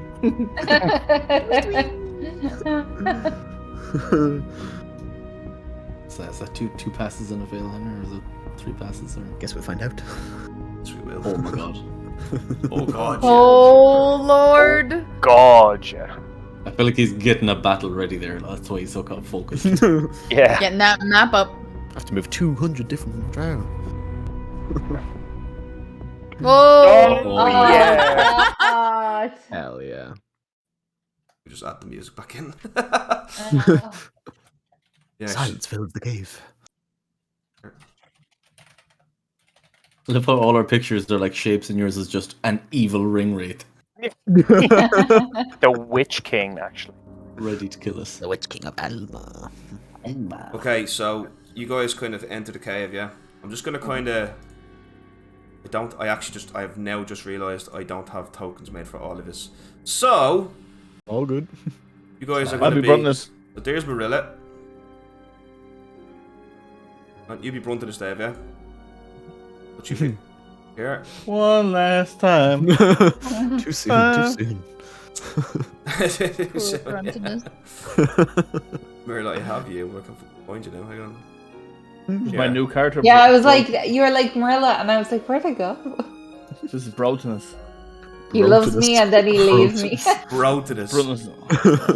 Brotonus is bro. Oh, there's Dimitri. Oh, hell yeah. Yeah. Oh My god. God. So just for the sake of this, Ginook, you can be a Leah.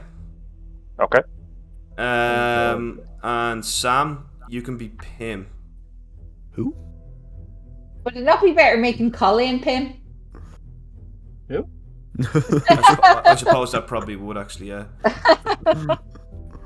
So yeah, so Colin, you're Pim. Yep. Sam, you can be a Leah. Who? You're a cleric, makes sense, I suppose. I need one for you, Solar, yeah? Solar, you can be...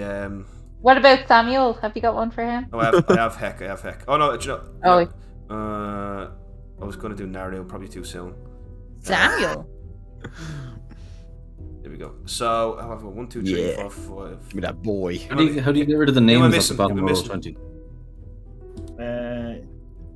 Raphael, Famori? Talk, I think it is. Now, Famori is Heck. Gnook. Colin is... I'm the red guy. him. Dimitri, I'm the turquoise, aren't I? I don't think I'm missing anyone, Yeah. am I?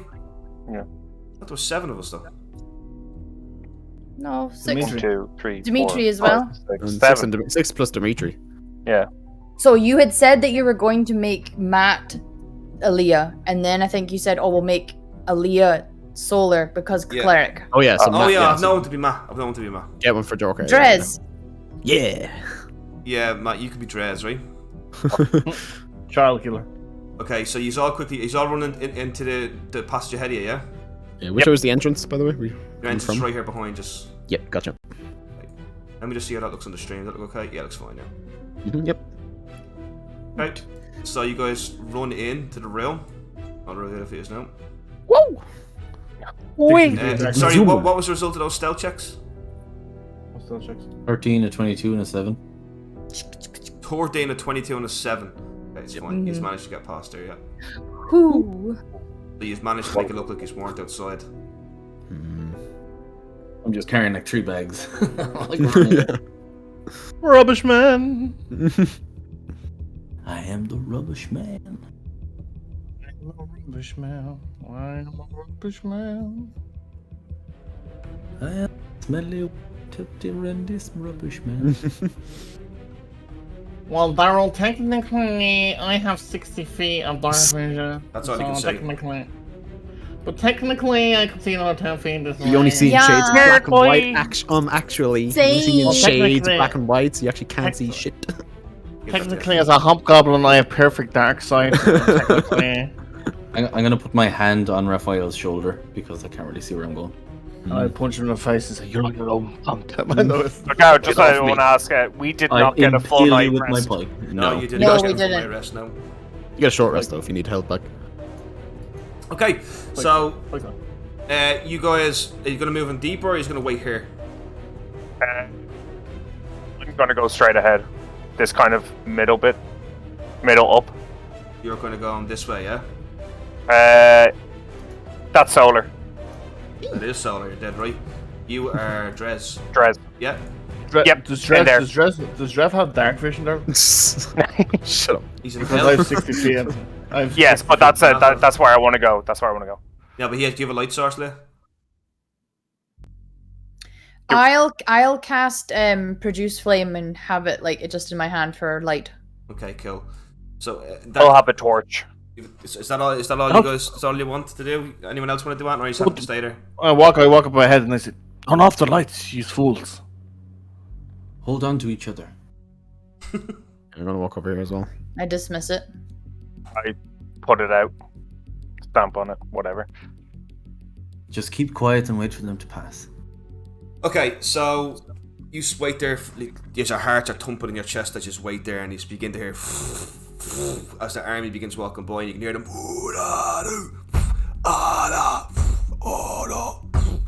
It's weird, they weren't doing this before, but now they are. As you walk by, and you're kind of standing there, and I need you to roll me a perception check, Genook. Luke. 20. Not 20. Not 20. I can see everything. You're kind of. Oh wait, hang on. Let me just check something. Maybe colors. check something. Yeah, dark vision. Oh no! Because you don't have dark vision, your lights off. You have disadvantage. Another one. Another one. 20. 30, 20. Okay, cool. That's some reason. As you're kind of standing there, you kind of look to your left. You know, when the armies go by, you look to your left, and you just see sliming towards you very slowly. You see Please no. a cube of this gelatin-like substance almost see through as it slowly comes towards you.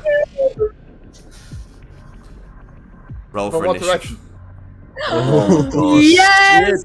Gelatinous cube! Oh, Natural 20, Christ. baby. Nice. 6.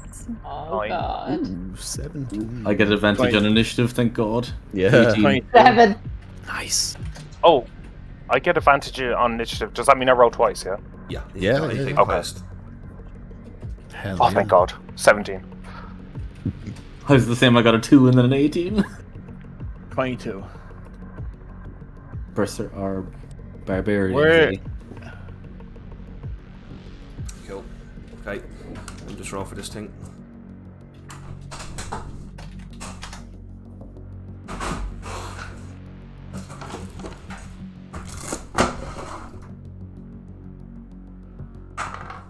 What you get?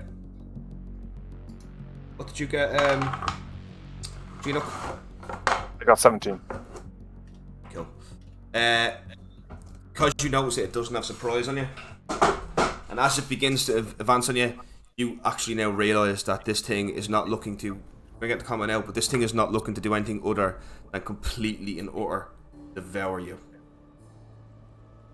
And that's where we're going to end the session tonight. Oh, what? Oh, Yeah. God damn. Oh, damn. Oh god. Oh, fucking. You know how to leave a man in suspense, don't you? Jesus. Oh. Oh, jeez. We could be here for an hour or two fighting them, so I'd rather. Yeah. Yep. Yeah. Gelatinous cube. Oh, what a man. great session. No.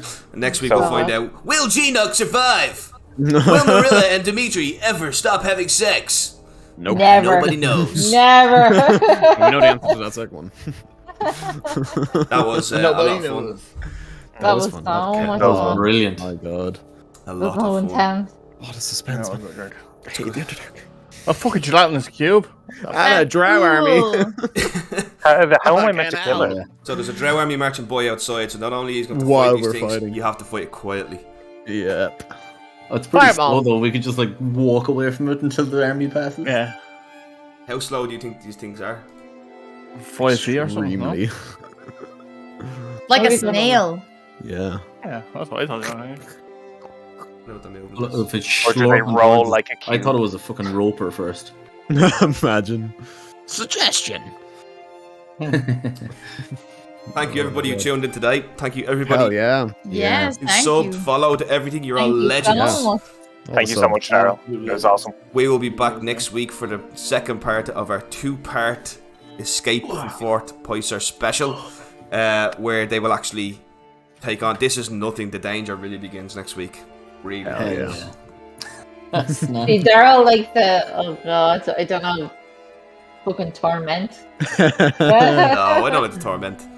Look at that cheeky little smile there. Yeah, you know when the DM is No. smiling like that, we're in for a bad day.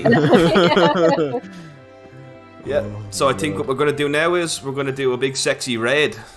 Big Hell sexy raid. Big What shall we sexy call the red. raid? Red. G-Nuck's sexy about to raid. get swallowed. No, that's probably going to get banned. Soggy knickers. No, we got banned. I'm actually getting messages from people asking me they want to become famous now. Look at this on Twitch. Want to become famous? Buy followers and viewers at bigfellows.com. Go fuck yourself, Big Fellows is a scam. Wankers. And can I just say, very proud moment for little Red Man making an appearance today. Yeah, he never Are makes you an appearance so on cute? camera. I think we can. Okay, who are we going to make a sexy raid on?